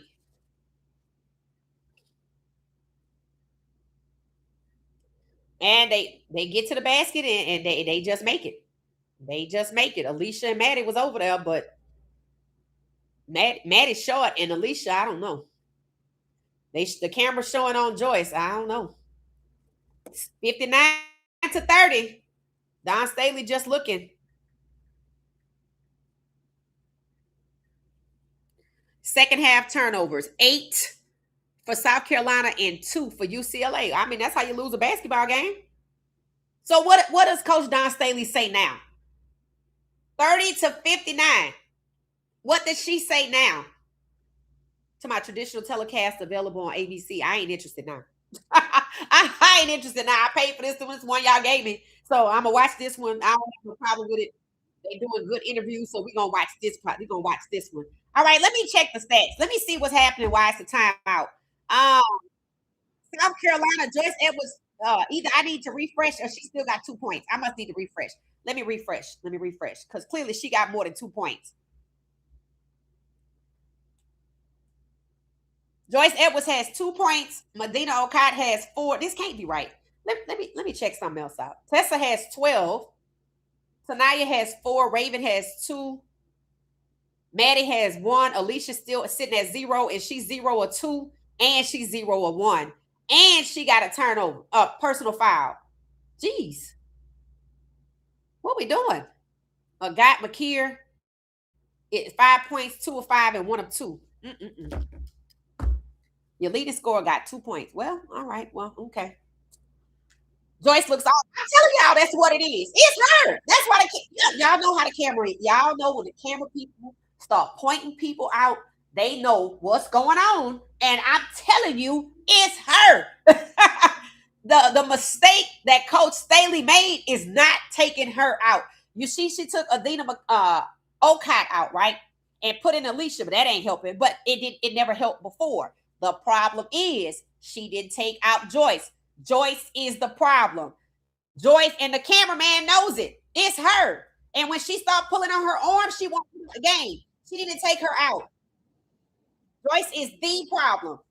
She must have been to hop in the portal and go to UConn. Because what the hell? You clearly don't want to win this game. And why? Y'all, how long she been there? I'm like, this ain't right, bro. Joyce is the problem. She's not the problem. She is the problem. And for whatever reason, Don Staley won't take her out, and that's going to cause Don Staley this chip. That girl right there. And how you going to celebrate her as the leading program person? She got 2 points? Boy, get the hell out of here. Get the hell out of here. It's her.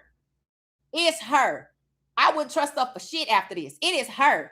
Then I don't know what the problem is. I ain't even followed them enough to know what's going on. But the score is 61-30. It's her. I check her bank account. I know that shit. I check her bank account because she tripping, bruh. She ain't right. She not right. She not right. She throwing this damn game. She throwing this game, and the cameraman knows it. We know how the cameraman be rolling. They went straight to her face because they showing you 61-30. She out here embarrassing these folks. What's she mad about? Somebody know? Anybody know about the internal politics going on over there? I know they talk about Raven a lot. Tessa out here hot. Tanaya Latson gets in the paint. Joyce tried to lay up, and of course, it went to the back. And she just can't make a layup to save her life. I'm like, she ain't trying to win this game, bro. No, absolutely not. She's selling out, bro. She done sold out her team. And when these players do this sort of thing, is she at the line? When these players do this sort of thing, it messes the whole team up. And it's so, I don't care what nobody say. She ain't having an off night. She is not having an off night.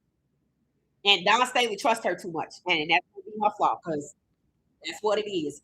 Maybe she don't have nobody else to go to, but she should find somebody, anybody. And I bet she see an improvement in play.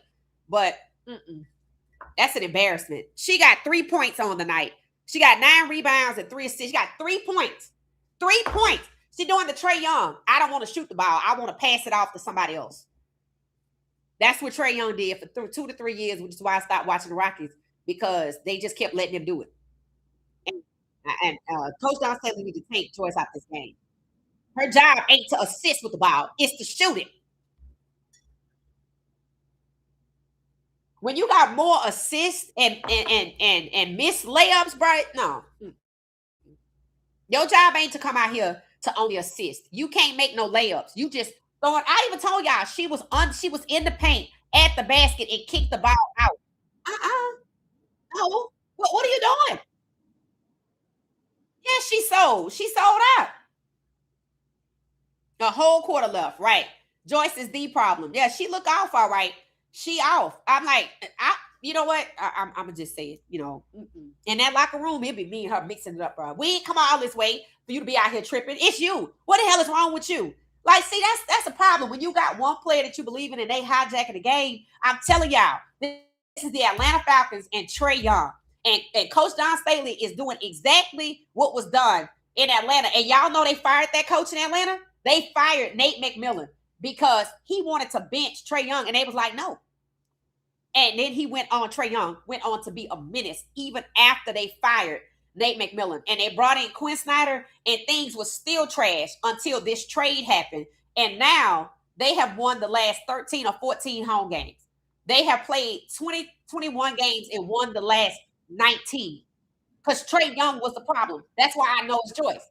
Trae Young did the same thing. He found every reason to assist instead of shooting. And I said, your nickname is Ice Trae. They brought you in to shoot, not assist. When you only assisting and you ain't shooting, I told y'all that's a skill every basketball player have. That's probably the first thing they teach you to do. Drive the ball up the court and give it to somebody else. That is not what you will get paid $46 million for. When they have more assists than the shooting and you missing layups, I didn't tell you to go out here and jack up no threes, but you can't get no layups. And your brand of basketball, Joyce Edwards, is to do what? Get the basket, get the foul, and you get the bucket. You get the free throw. You ain't doing none of that. You ain't even doing none of that. That's why the cameraman look and keep going to her because she's selling out the damn game. And Coach Don Staley trusts her too much. She took out Ocott, but she should have took out Joyce Edwards because she costing the whole damn team the game. It's her. It's her. I'm telling you, it's her. I've seen this so many times in basketball. And let me tell you why the reason that they assist. They don't want to get found out. Well, I'm gonna just keep assisting. So it look like I'm doing something. And instead of me trying to shoot it, I'm gonna just keep kicking it out and I'm missing layups. Trae Young, she got to go. She got to go. She got to go. It's the same shit, bro. It's the same shit. There's nothing new under the sun for how these players throw games. It's nothing new under the sun. And when they start stat padding with an assist and they keep missing simple shots, they ain't happy. They pissed off. I don't even want to be out here. She keeps showing her arm. Like she want to go to coach and say, take me out. But I guess it's your arm is the problem. No, it's you. We ain't asked you to jack up no threes. You can't even make twos. Bro, you ain't trying. That's all right, though. That's all right. That's all right. She gonna get hers. Whatever it is, she gonna get it. She gonna get it, bro. She gonna get it. She gonna get it. Yeah, she sold out. She planning, bro. And I'm like, did Coach Gino call you and tell you to, don't be Superman out here today? What the hell is going on? That's sad, bro. UCLA not even. I mean, they good. Don't get me wrong. I think they're all right. But when you lose because you don't play your brand of basketball, and people gonna talk about this. It's great to make adjustments. It's smart to put in Bakir. It's smart to put in Tessa. But why are you not taking out Joyce? She clearly is your problem. I know she your problem. Why let and this is the Houston Rockets. See, I'm telling y'all, I done seen it all.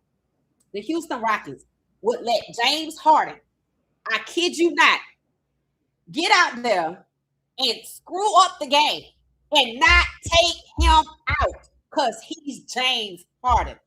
It's the same thing happening in Atlanta. It's the same thing happening in Houston. It's happening right now. I do not know why Don Staley has rotated everybody else. I got Maddie here. I got Alicia here. I got Bakira here. But I won't take out my leading scorer who got 2 points. She needs to adjust away from her. It's late now, 32-61. So we just let this go. That's a problem. That's a problem. That's a problem. I'm sorry. That's a problem. That's a problem. Yeah, they just talking to the women on the side. All right. So who we got? Latson. It's her last year. Raven is her last year. All right, the ball 61-32. The ball is in UCLA's hand. All they gotta do is just maintain. They ain't even gotta do nothing else. They don't want to take no shots. They ain't got to. 9 minutes and 48 seconds left in the final quarter of the game. I don't even know what the mindset is for South Carolina right now because winning clearly isn't it. And it's a shame to come away from that UConn game like that and come out here and do this. UCLA misses in the paint, not a surprise. Alicia has the ball. She gives it off to Tessa. Tessa it hugs the rim, but it doesn't go in. She tried a three. Did she get the foul? Scores, I'm showing 61-32. Yeah, I'm telling you that's what it is. Let me see who on the floor now. I'm looking for Joyce Afro Puffs. I see Alicia. I think Okot is back out there. Yeah, I think they took Joyce out. Let me know. I think it's late now. They took her out. Turnover. Turnover by Tessa. Yep. It's too late to take out Joyce now. He should have took her out in the first quarter. Let's see if they can close it up, y'all. 63-32. Let's just see if they can get a little closer. What the hell was that? Alicia out. Oh, yeah. Okay. It's a wrap. It's a wrap.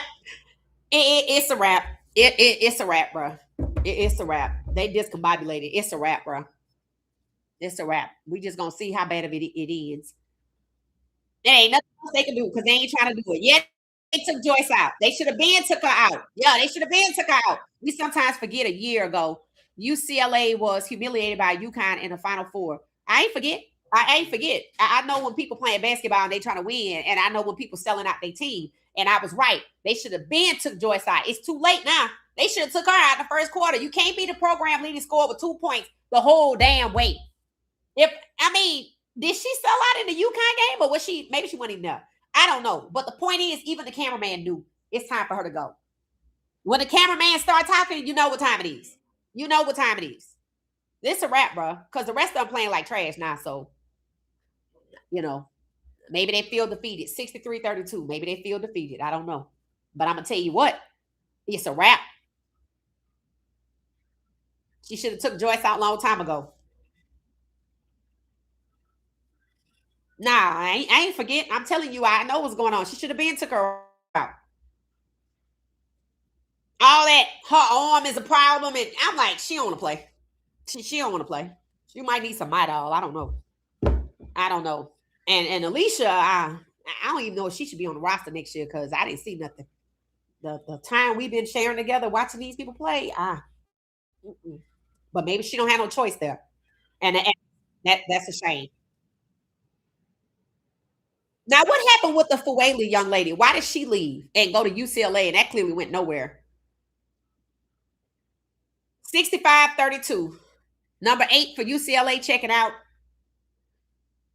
Like Raven bringing the ball up the court. One thing I'm going to say about Raven and Tanaya and Makir and Maddie, they going to play to the buzzer end. Okot, she okay. They say she had been playing basketball since she was a child. She's okay. Alicia and Okot, they could go. They could go. I mean, honestly, I think I would. They could hit the portal, and I'm gonna get 2 other players. They were talking about the other girl, Olivia Edwards, the phenom. They talking about she need to come to South Carolina. I'm like, Okot is at the line. She okay, but she just okay. She's just okay. She's not a phenom. The problem is they don't have nobody to pick up the slack. And I'm thinking, and they got Joyce back in there. And that's the problem. They don't have nobody to pick up the slack. So she had to go back to Okot, who just missed. Did she miss that free throw? And she had to go back to Joyce. 65-34. Well, Raven could have had a 4th ring. But shout out to Raven because she a dog. She gonna play to the end. Even with the score 65-34, she don't quit. Somebody just checked out and somebody else came in.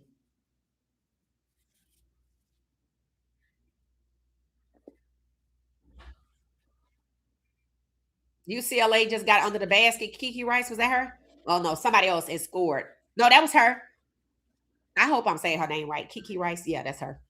67 to 34. 7 minutes and 40 some odd seconds. Joyce is getting to the basket and she gets the layup. It finally went in there. Not late, but okay. Maybe she should have took her out a long time ago. And she get the message. 67-36. 7 minutes and 27 seconds left. That's sad, bro. That's sad. It be your own. It be your own people. It be your own people, bro. It be your own people.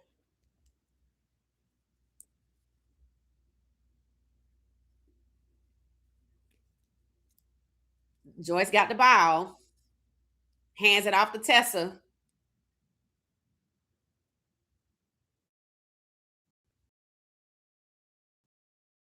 Make something happen. She gets it. 67 to 38. I don't know. Six minutes and 57 seconds.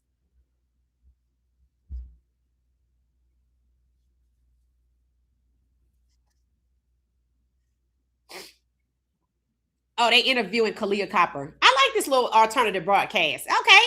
I've seen Charlamagne the God, Kalia Copper, and Jaquez Jr., the Jamie Jaquez Jr., the brother of UCLA's player, Jaquez. I don't know her name. I don't know her first name. That was her brother. Okay. UCLA has the ball. They just need to maintain 67 to 38. Turnover. South Carolina gets the ball. Latson takes it up the court, trying to get to the basket, and she loses the ball. I don't know if the whistle blew, though.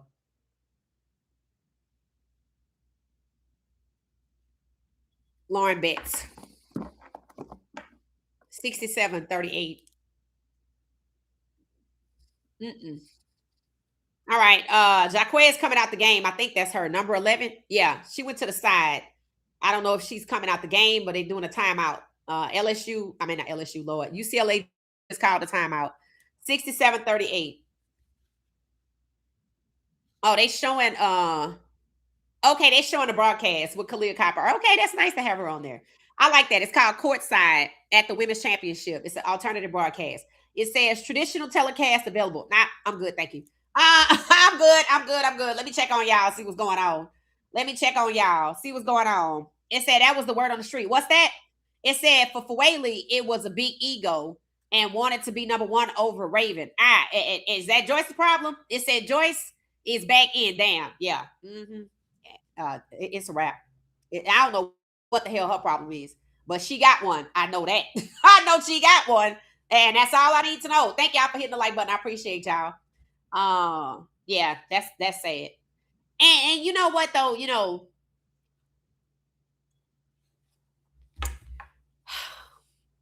Coaches, right? They get these players, and when I think about the Chicago Sky, if y'all ever followed the Chicago Sky when it was Angel Reese's first year, and they had that coach, what was her name? The one everybody was upset when she got fired, but I wasn't because she screwed herself. Um, she was being more of an auntie than she was being a coach. I'm not talking about Coach Armstead at all. Not at all. The problem I saw is for whatever reason, she kept going to Dana.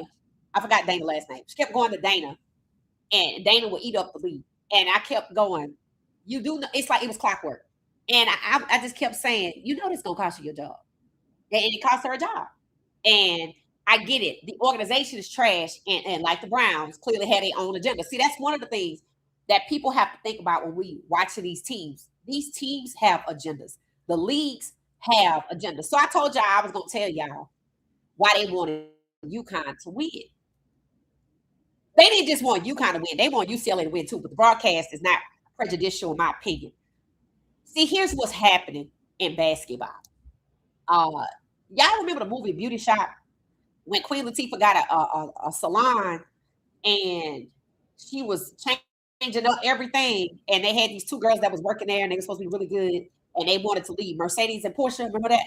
And they say, "Oh, y'all not trying to brighten up the place. You're trying to brighten up the place. Okay? That's what's happening in basketball. The men's game, everybody already knows it. Just like the NFL, you're going to start seeing the same thing. You see the NFL's agenda happening in college. So you saw the WNBA try its damnness to make people believe that Caitlin Clark was that chick. And I told y'all she got 337 assists. She gonna get the supermax, not for the three-point shooting that they said she was a hero for, because that's all she had. She was not a complete player. So they decided, well, let's make her assist the ball and we won't have to keep her on the bench. What did I just say about these ball players when they start assisting and they supposed to be out here shooting? But that was the WNBA's agenda, and it still is with her because she's white. I just told y'all that all of the coaches nominated for the Naismith Award are white. They didn't have Coach Don Staley on there. They didn't have none of the black coaches that made it to the Sweet 16, but they had UVA coach, UCLA coach, UConn's coach, and Texas coach. All of them are white. Black-led sports, football, pros, college, basketball, men's, women's, pros, college is under attack to whiten up the place, starting with the coaching in college and basketball, because the coaches choose what the rosters look like. Texas was brown. South Carolina is brown. UConn is not. And you see UCLA. This is an attempt to whiten up the place. And unfortunately, Joyce is selling out. Don't know what she's selling out for, but like LeBron on cue, she's selling out. She's helping them to exact their agenda. And I'm not saying she's doing it intentionally. She might not even know what's going on, but she should because she played basketball. I'm telling you, that's the agenda in basketball. I already told you the agenda in football. We see they want to whiten up the place with quarterbacks. But I told you in free agency, the white players getting the money and the black players getting the string me along contracts. So this agenda is happening in black-led sports to whiten up the place. Coaches, players, especially the star players, the entire rosters. It should have been Texas versus South Carolina, but then it would be two teams with a lot of black players. They wanted UConn and UCLA because it ain't no melanin over there. That's what they wanted. That's why Don Staley is not on the list. She's being treated like Coach Prime. And Joyce, they need to handle her in the locker room. That's all I'm gonna say. She playing straight into it, bro. Straight into it. And she might not even know, but she playing into it. But that's what it is. They're trying to whiten up black-led sports, basketball and football. And it's a shame because, they're manipulating the rosters to get the desired look. They don't care about the game. They don't care about the integrity of the game. 72-40. Shout out to Raven. She gonna go out with 3 rings. Her damn colleague wanted to make sure she didn't get 4, apparently. This lady right here gonna look like the hero. South Carolina is what's this team right here? UCLA gonna become the standard. We don't need no black players. They only got Kiki Rice. From over here, I don't know Kiki Rice is black if I don't see her hair. This is what they want. Look at UConn. Look at UCLA. This is what they want, to whiten up black-led sports. And you start by controlling who the coach is. Virginia fired their black women's basketball coach, which shocked everybody. So much that Don Staley called over there and was like, hey, what's going on? She just took them people to the Sweet 16. It don't matter because she black. Coach Don Staley, they gonna come for her. They gonna come for her. Right now, South Carolina not. And it's gonna be hard for them too because South Carolina people don't play about Coach Don Staley. So they can't go against that. But Joyce, she ought to be ashamed of herself. 41-74. When the cameraman point you out, they know what time it is. Well, Alicia, she just not it. Alicia would not be on my roster next year at all. And she can go to UConn, she can go to UCLA. She would not be on my roster. Lauren Betts has 14 points, 6 to 10, and 11 rebounds. 6 to 10 field goals and 11 rebounds. But that's what they want. Why do you think when the broadcast started, I told y'all Lauren Betts' mom was black? Because all they talk about is her dad and how he's British. They quick to say she's biracial. I'm like, let me look at her parents. Yeah, her mom, she played volleyball at Long Beach State. They don't want you to know that though. They want you to not see her as black. They want you to see her as biracial because they trying to whiten up the place. And when black players like Joyce do what they do tonight, they just make it that much tougher for everybody coming behind her that is black. Shout out to Makir. 43 to 76. Alicia would not be on my roster because the production is just not there. She can't even be a backup. Joyce, I couldn't do it. I couldn't do it. But she ain't going nowhere. But I couldn't do it. Lauren Betts looked like she coming out the game 76 to 43. Shout out to Joyce. She just helping them to whiten up the place.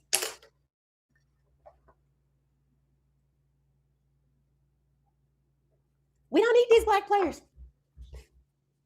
That's all it is. Football. No.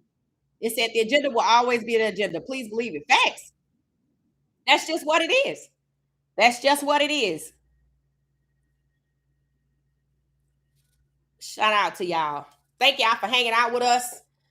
We gonna be here till the buzzer say 0. It's 3 minutes left. I'm disappointed in Joyce. I mean, she human, so I shouldn't be disappointed in her, but she ain't right. Let's see what her numbers looking like. I've watched too much basketball in my life to know what I'm looking at. She has 8 points. She's 3 of 10, no threes, 2 of 2 on free throws, 11 rebounds, 3 assists, 2 turnovers, 2 personal fouls. Medina Okot made it to 6, 3 of 9. Tessa is 14 points. Tanaya Latson only 4, 1 of 5. She didn't have a good night, in my opinion, but like she was playing defense. Raven 3 points, 1 of 7. I mean, they program scorer didn't show up. That's all it is. That's all. And if she showed up, it was late. That's just what it is. So 66% of people said Raven Johnson should be first overall in the poll because that's that. So y'all will see the results in there. 34% said no. 29 to the poll. Shout out to y'all. Shout out to y'all. Shout out to y'all.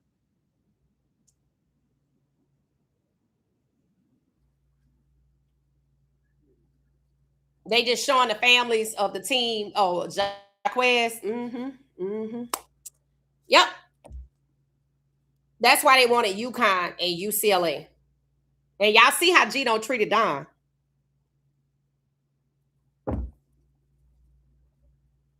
Don is like a Coach Prime. Very influential, powerful. They don't like all that. And now you got all these other black coaches, and none of them got the nod. And one gets fired for winning. Just like Mike Tomlin. Same thing. It's just basketball. It don't matter if it's the men's side or the women's side. They want to control black-led sports for years. The coaches have been white. If it's a woman's sport, the coaches have been male. And when it comes to the melanin, they trying to, you see Kiki Rice sitting next to Lauren Betts, and they both black. And from over here, you can't see it, and that's what they want. That's why the NFL is crazy when it comes to these black quarterbacks. That's why they abuse this Shador. That's why they favored Pat Mahomes until it became 17, and he ain't even in favor no more. And the same thing gonna happen with Kiki Rice and Lauren Betts at some point. At some point, I don't even want to go there. You can see this shit from a mile away. And it's sad because, you know, to have love for the sport and to see how they just trying to push out and discount the black players, the melanated players.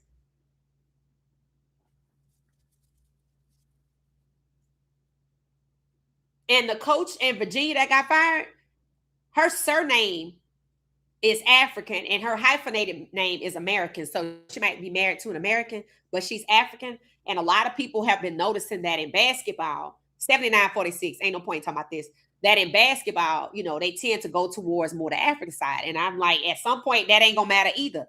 It's not. It's just their stair step, their ladder to whiten up the place. I want to go away from African American, because they want to be treated equally. I'm gonna go to Africans because they tend to be more submissive, and then I'm gonna go to very fair skinned, to biracial, or to ambiguously black players.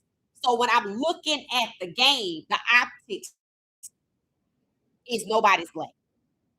That's what they want. They want to control black led sports, pushing away from African Americans, going to more, I guess you could say, submissive players until I can get to the biracial players, the ambiguously black players. And then that's going to be it. Look at Joyce. Shame on her.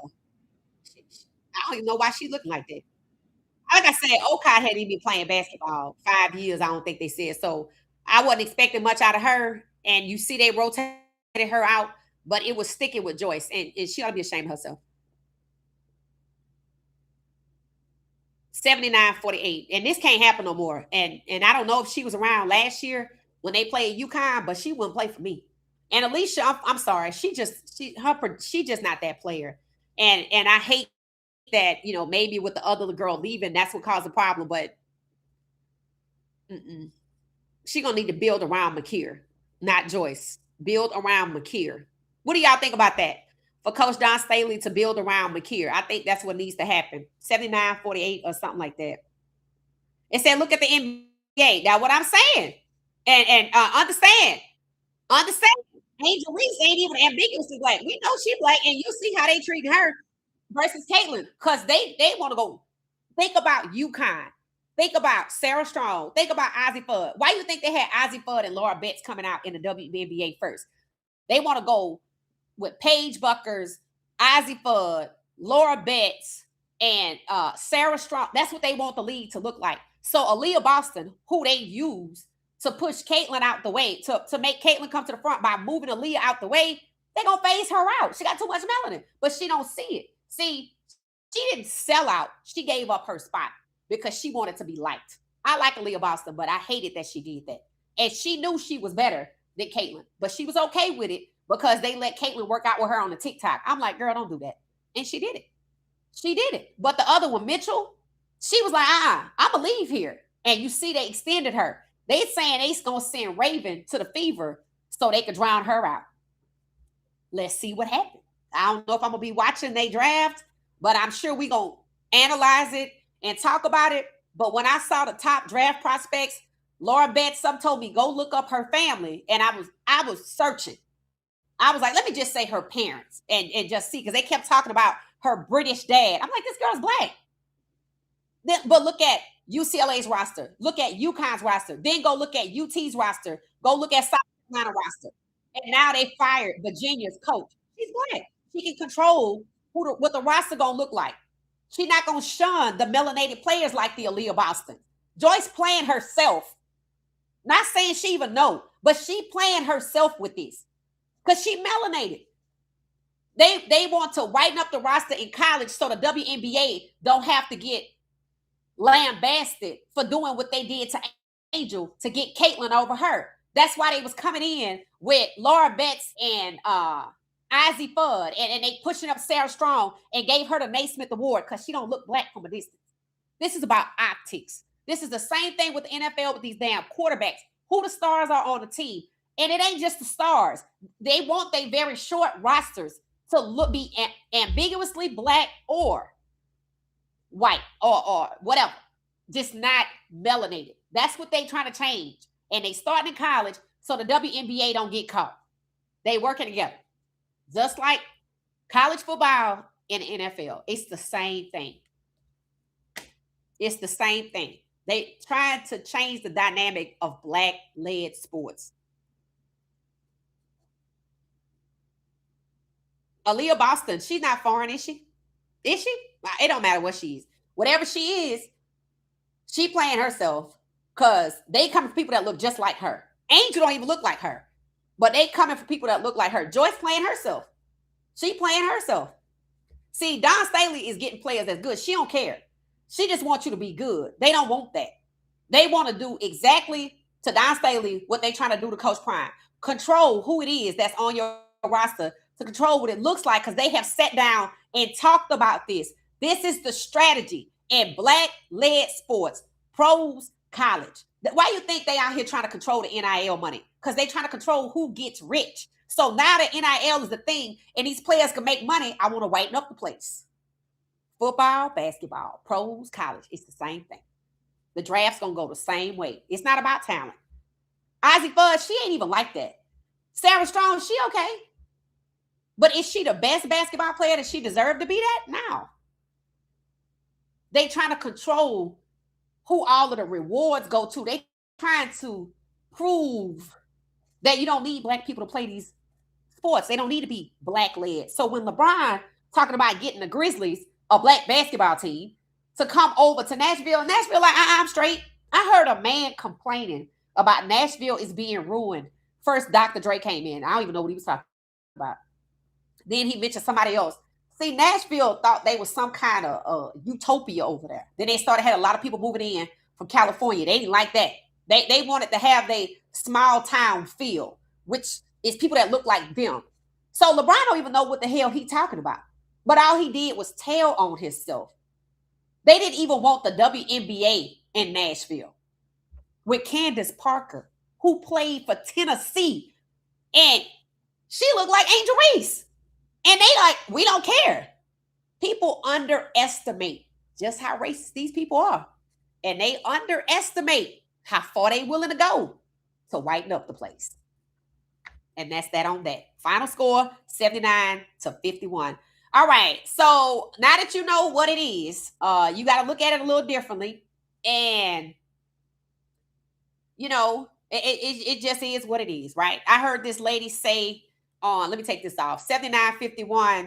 I ain't gonna even look at that. I heard this lady say, an older lady, and I agree with her. She said she was showing her a TikTok and she was showing women's college gymnastics. Now, why they over here trying to dominate black-led sports and take and whiten up the place and football and basketball, men's, women's, and all of that?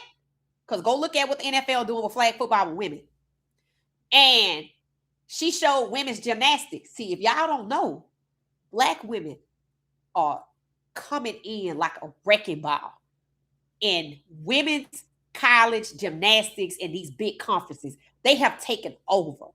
Baby, they have taken over. I said I was going to start trying to show some of their clips as soon as I can learn if they copyrighted or not.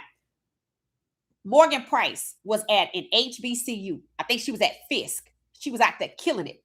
Last year, all of the HBCUs that had gymnastic programs was kicking with these big schools. So they started defunding the gymnastics program. So the black girls, gymnastic players, had to go to the white schools, the PWIs. So they over there. Morgan Price is at Arkansas. She didn't want to do it. But what else she going to do when Fisk suddenly, well, we can't keep the HBCU gymnastics program going. Baby, they was kicking butt, doing what we know HBCUs are capable of. Kind of like Coach Prime at Jackson State. The moment he gets some shine, they shut it down from the inside, which is why he left. Because they got to go along to get that money. So the gymnastics programs, you got Mike Tomlin's daughter over there kicking butt at Georgia in Athens. Morgan Price at Arkansas getting perfect tens. You have the girl that played, that was in the Olympics. They took her medal away. She was just at UCLA. She just finished. Y'all know who I'm talking about. I can't think of her name right now. She was getting tens over there. They are kicking butt in gymnastics. So at the same time that they trying to dilute and whiten up the place in football and basketball, black women kicking in gymnastics. And you could see the looks on their faces. And we coming on strong in ice skating. So while you trying to control and dominate black-led sports in football and basketball, the women are coming on in ice skating and in gymnastics in college sports. Y'all pumped the HBCUs and got them to shut down their program and bring that talent over here to us. And now they winning. See, they didn't think she was going to go over there and win. They just wanted her to stop doing what she was doing. But now she doing it over there and she get perfect tens. So while they doing one thing over here, God doing something else over here. So unfortunately, Shador is in at a time where they trying to whiten up the place. All of the players, Travis Hunter, They don't want Travis to be the star of the Jaguars. They want Trevor to be the star of the Jaguars. They just want to use Travis to try to humiliate Shador. That's all that was. That's why the moment he wasn't with that and he was doing his own thing, that's why they start going in on him. Every sport that we love, every sport that I love, basketball and football, has this problem. Black-led sports are under attack from the leadership to the roster to whiten up the place. That's why UConn versus UCLA is what they had planned. They did not want to see South Carolina come out here and shame on Joyce Edwards because she played right into that shit. And the cameraman know it. So we gonna see. We'll see. We'll see them next year. I hope Joyce Edwards ain't on that roster. And if so, I hope Don Staley go out there and get her another program leader that can shoot because it don't need to be her. Because some ain't right there. And she know her better than I do. And you see she took her out, but you see she had to go back to her. That means she don't have no depth. She gonna have to do that. She gonna have to do that because shame. It said gymnastics is growing in NIL. Yup. And we over there. 20 million followers and counting, still have a voice. Facts. So it's not just football. It's not just the NFL. It's in college. It's women's basketball. It's men's basketball. It's black-led sports or under attack. So when LeBron went out there and stuck his size 13s or 15s in his mouth, he was advocating for taking a black-led sport away from a black-dominant city and take it to Nashville, who don't want a black-led sport, so they could do what? Whiten up the place. Shame on LeBron. Shame on Joyce Edwards. Shame. Shame on all these people. Those people are the ones that they trying to erase their melanin from the sport. And that's the ones that they using. I'm like, you can't make this shit up, bro. You can't make this shit up. I'm like, you do know you shouldn't be advocating for this. You do know you should be helping your team to win because they trying to push off people. They don't want rosters with people with your melanin. And you out here playing around. That's all right, though. Because while y'all sell out basketball and football, they going to go over here and ice skating and gymnastics, and they going to get that bread. They ain't selling out over there. They going in there with their head held high, likely being the only black person on the roster, and they getting perfect teams. And it's a shame they got to do that because the HBCUs decided we can't do the program no more. They got punked. I sure hate it, but that's the state of it. That's the state of black-led sports. They coming. They just want to whiten up the place. So, well, y'all know what it is. We're going to get out of here. We'll be back. I'll be back tonight at 10:35. I'm going to enjoy my life. And I sure hate it. And we'll be back, y'all. So thanks for watching What She Said Sports. We'll probably follow up the Colorado Buffs. They getting ready to do their spring game on April 11th. The new dynamic duo is Juju and Quentin Gibson. The question that I leave y'all with is, if you follow Colorado, are they going to let Quentin Gibson start? Or are they going to put the new people in front of him? Let's talk. See y'all later tonight at 10:35 p.m. Eastern Standard Time. And of course, we will always talk about Shador Sanders and the Browns. See y'all later. Thank you, everybody. I appreciate y'all for hanging out.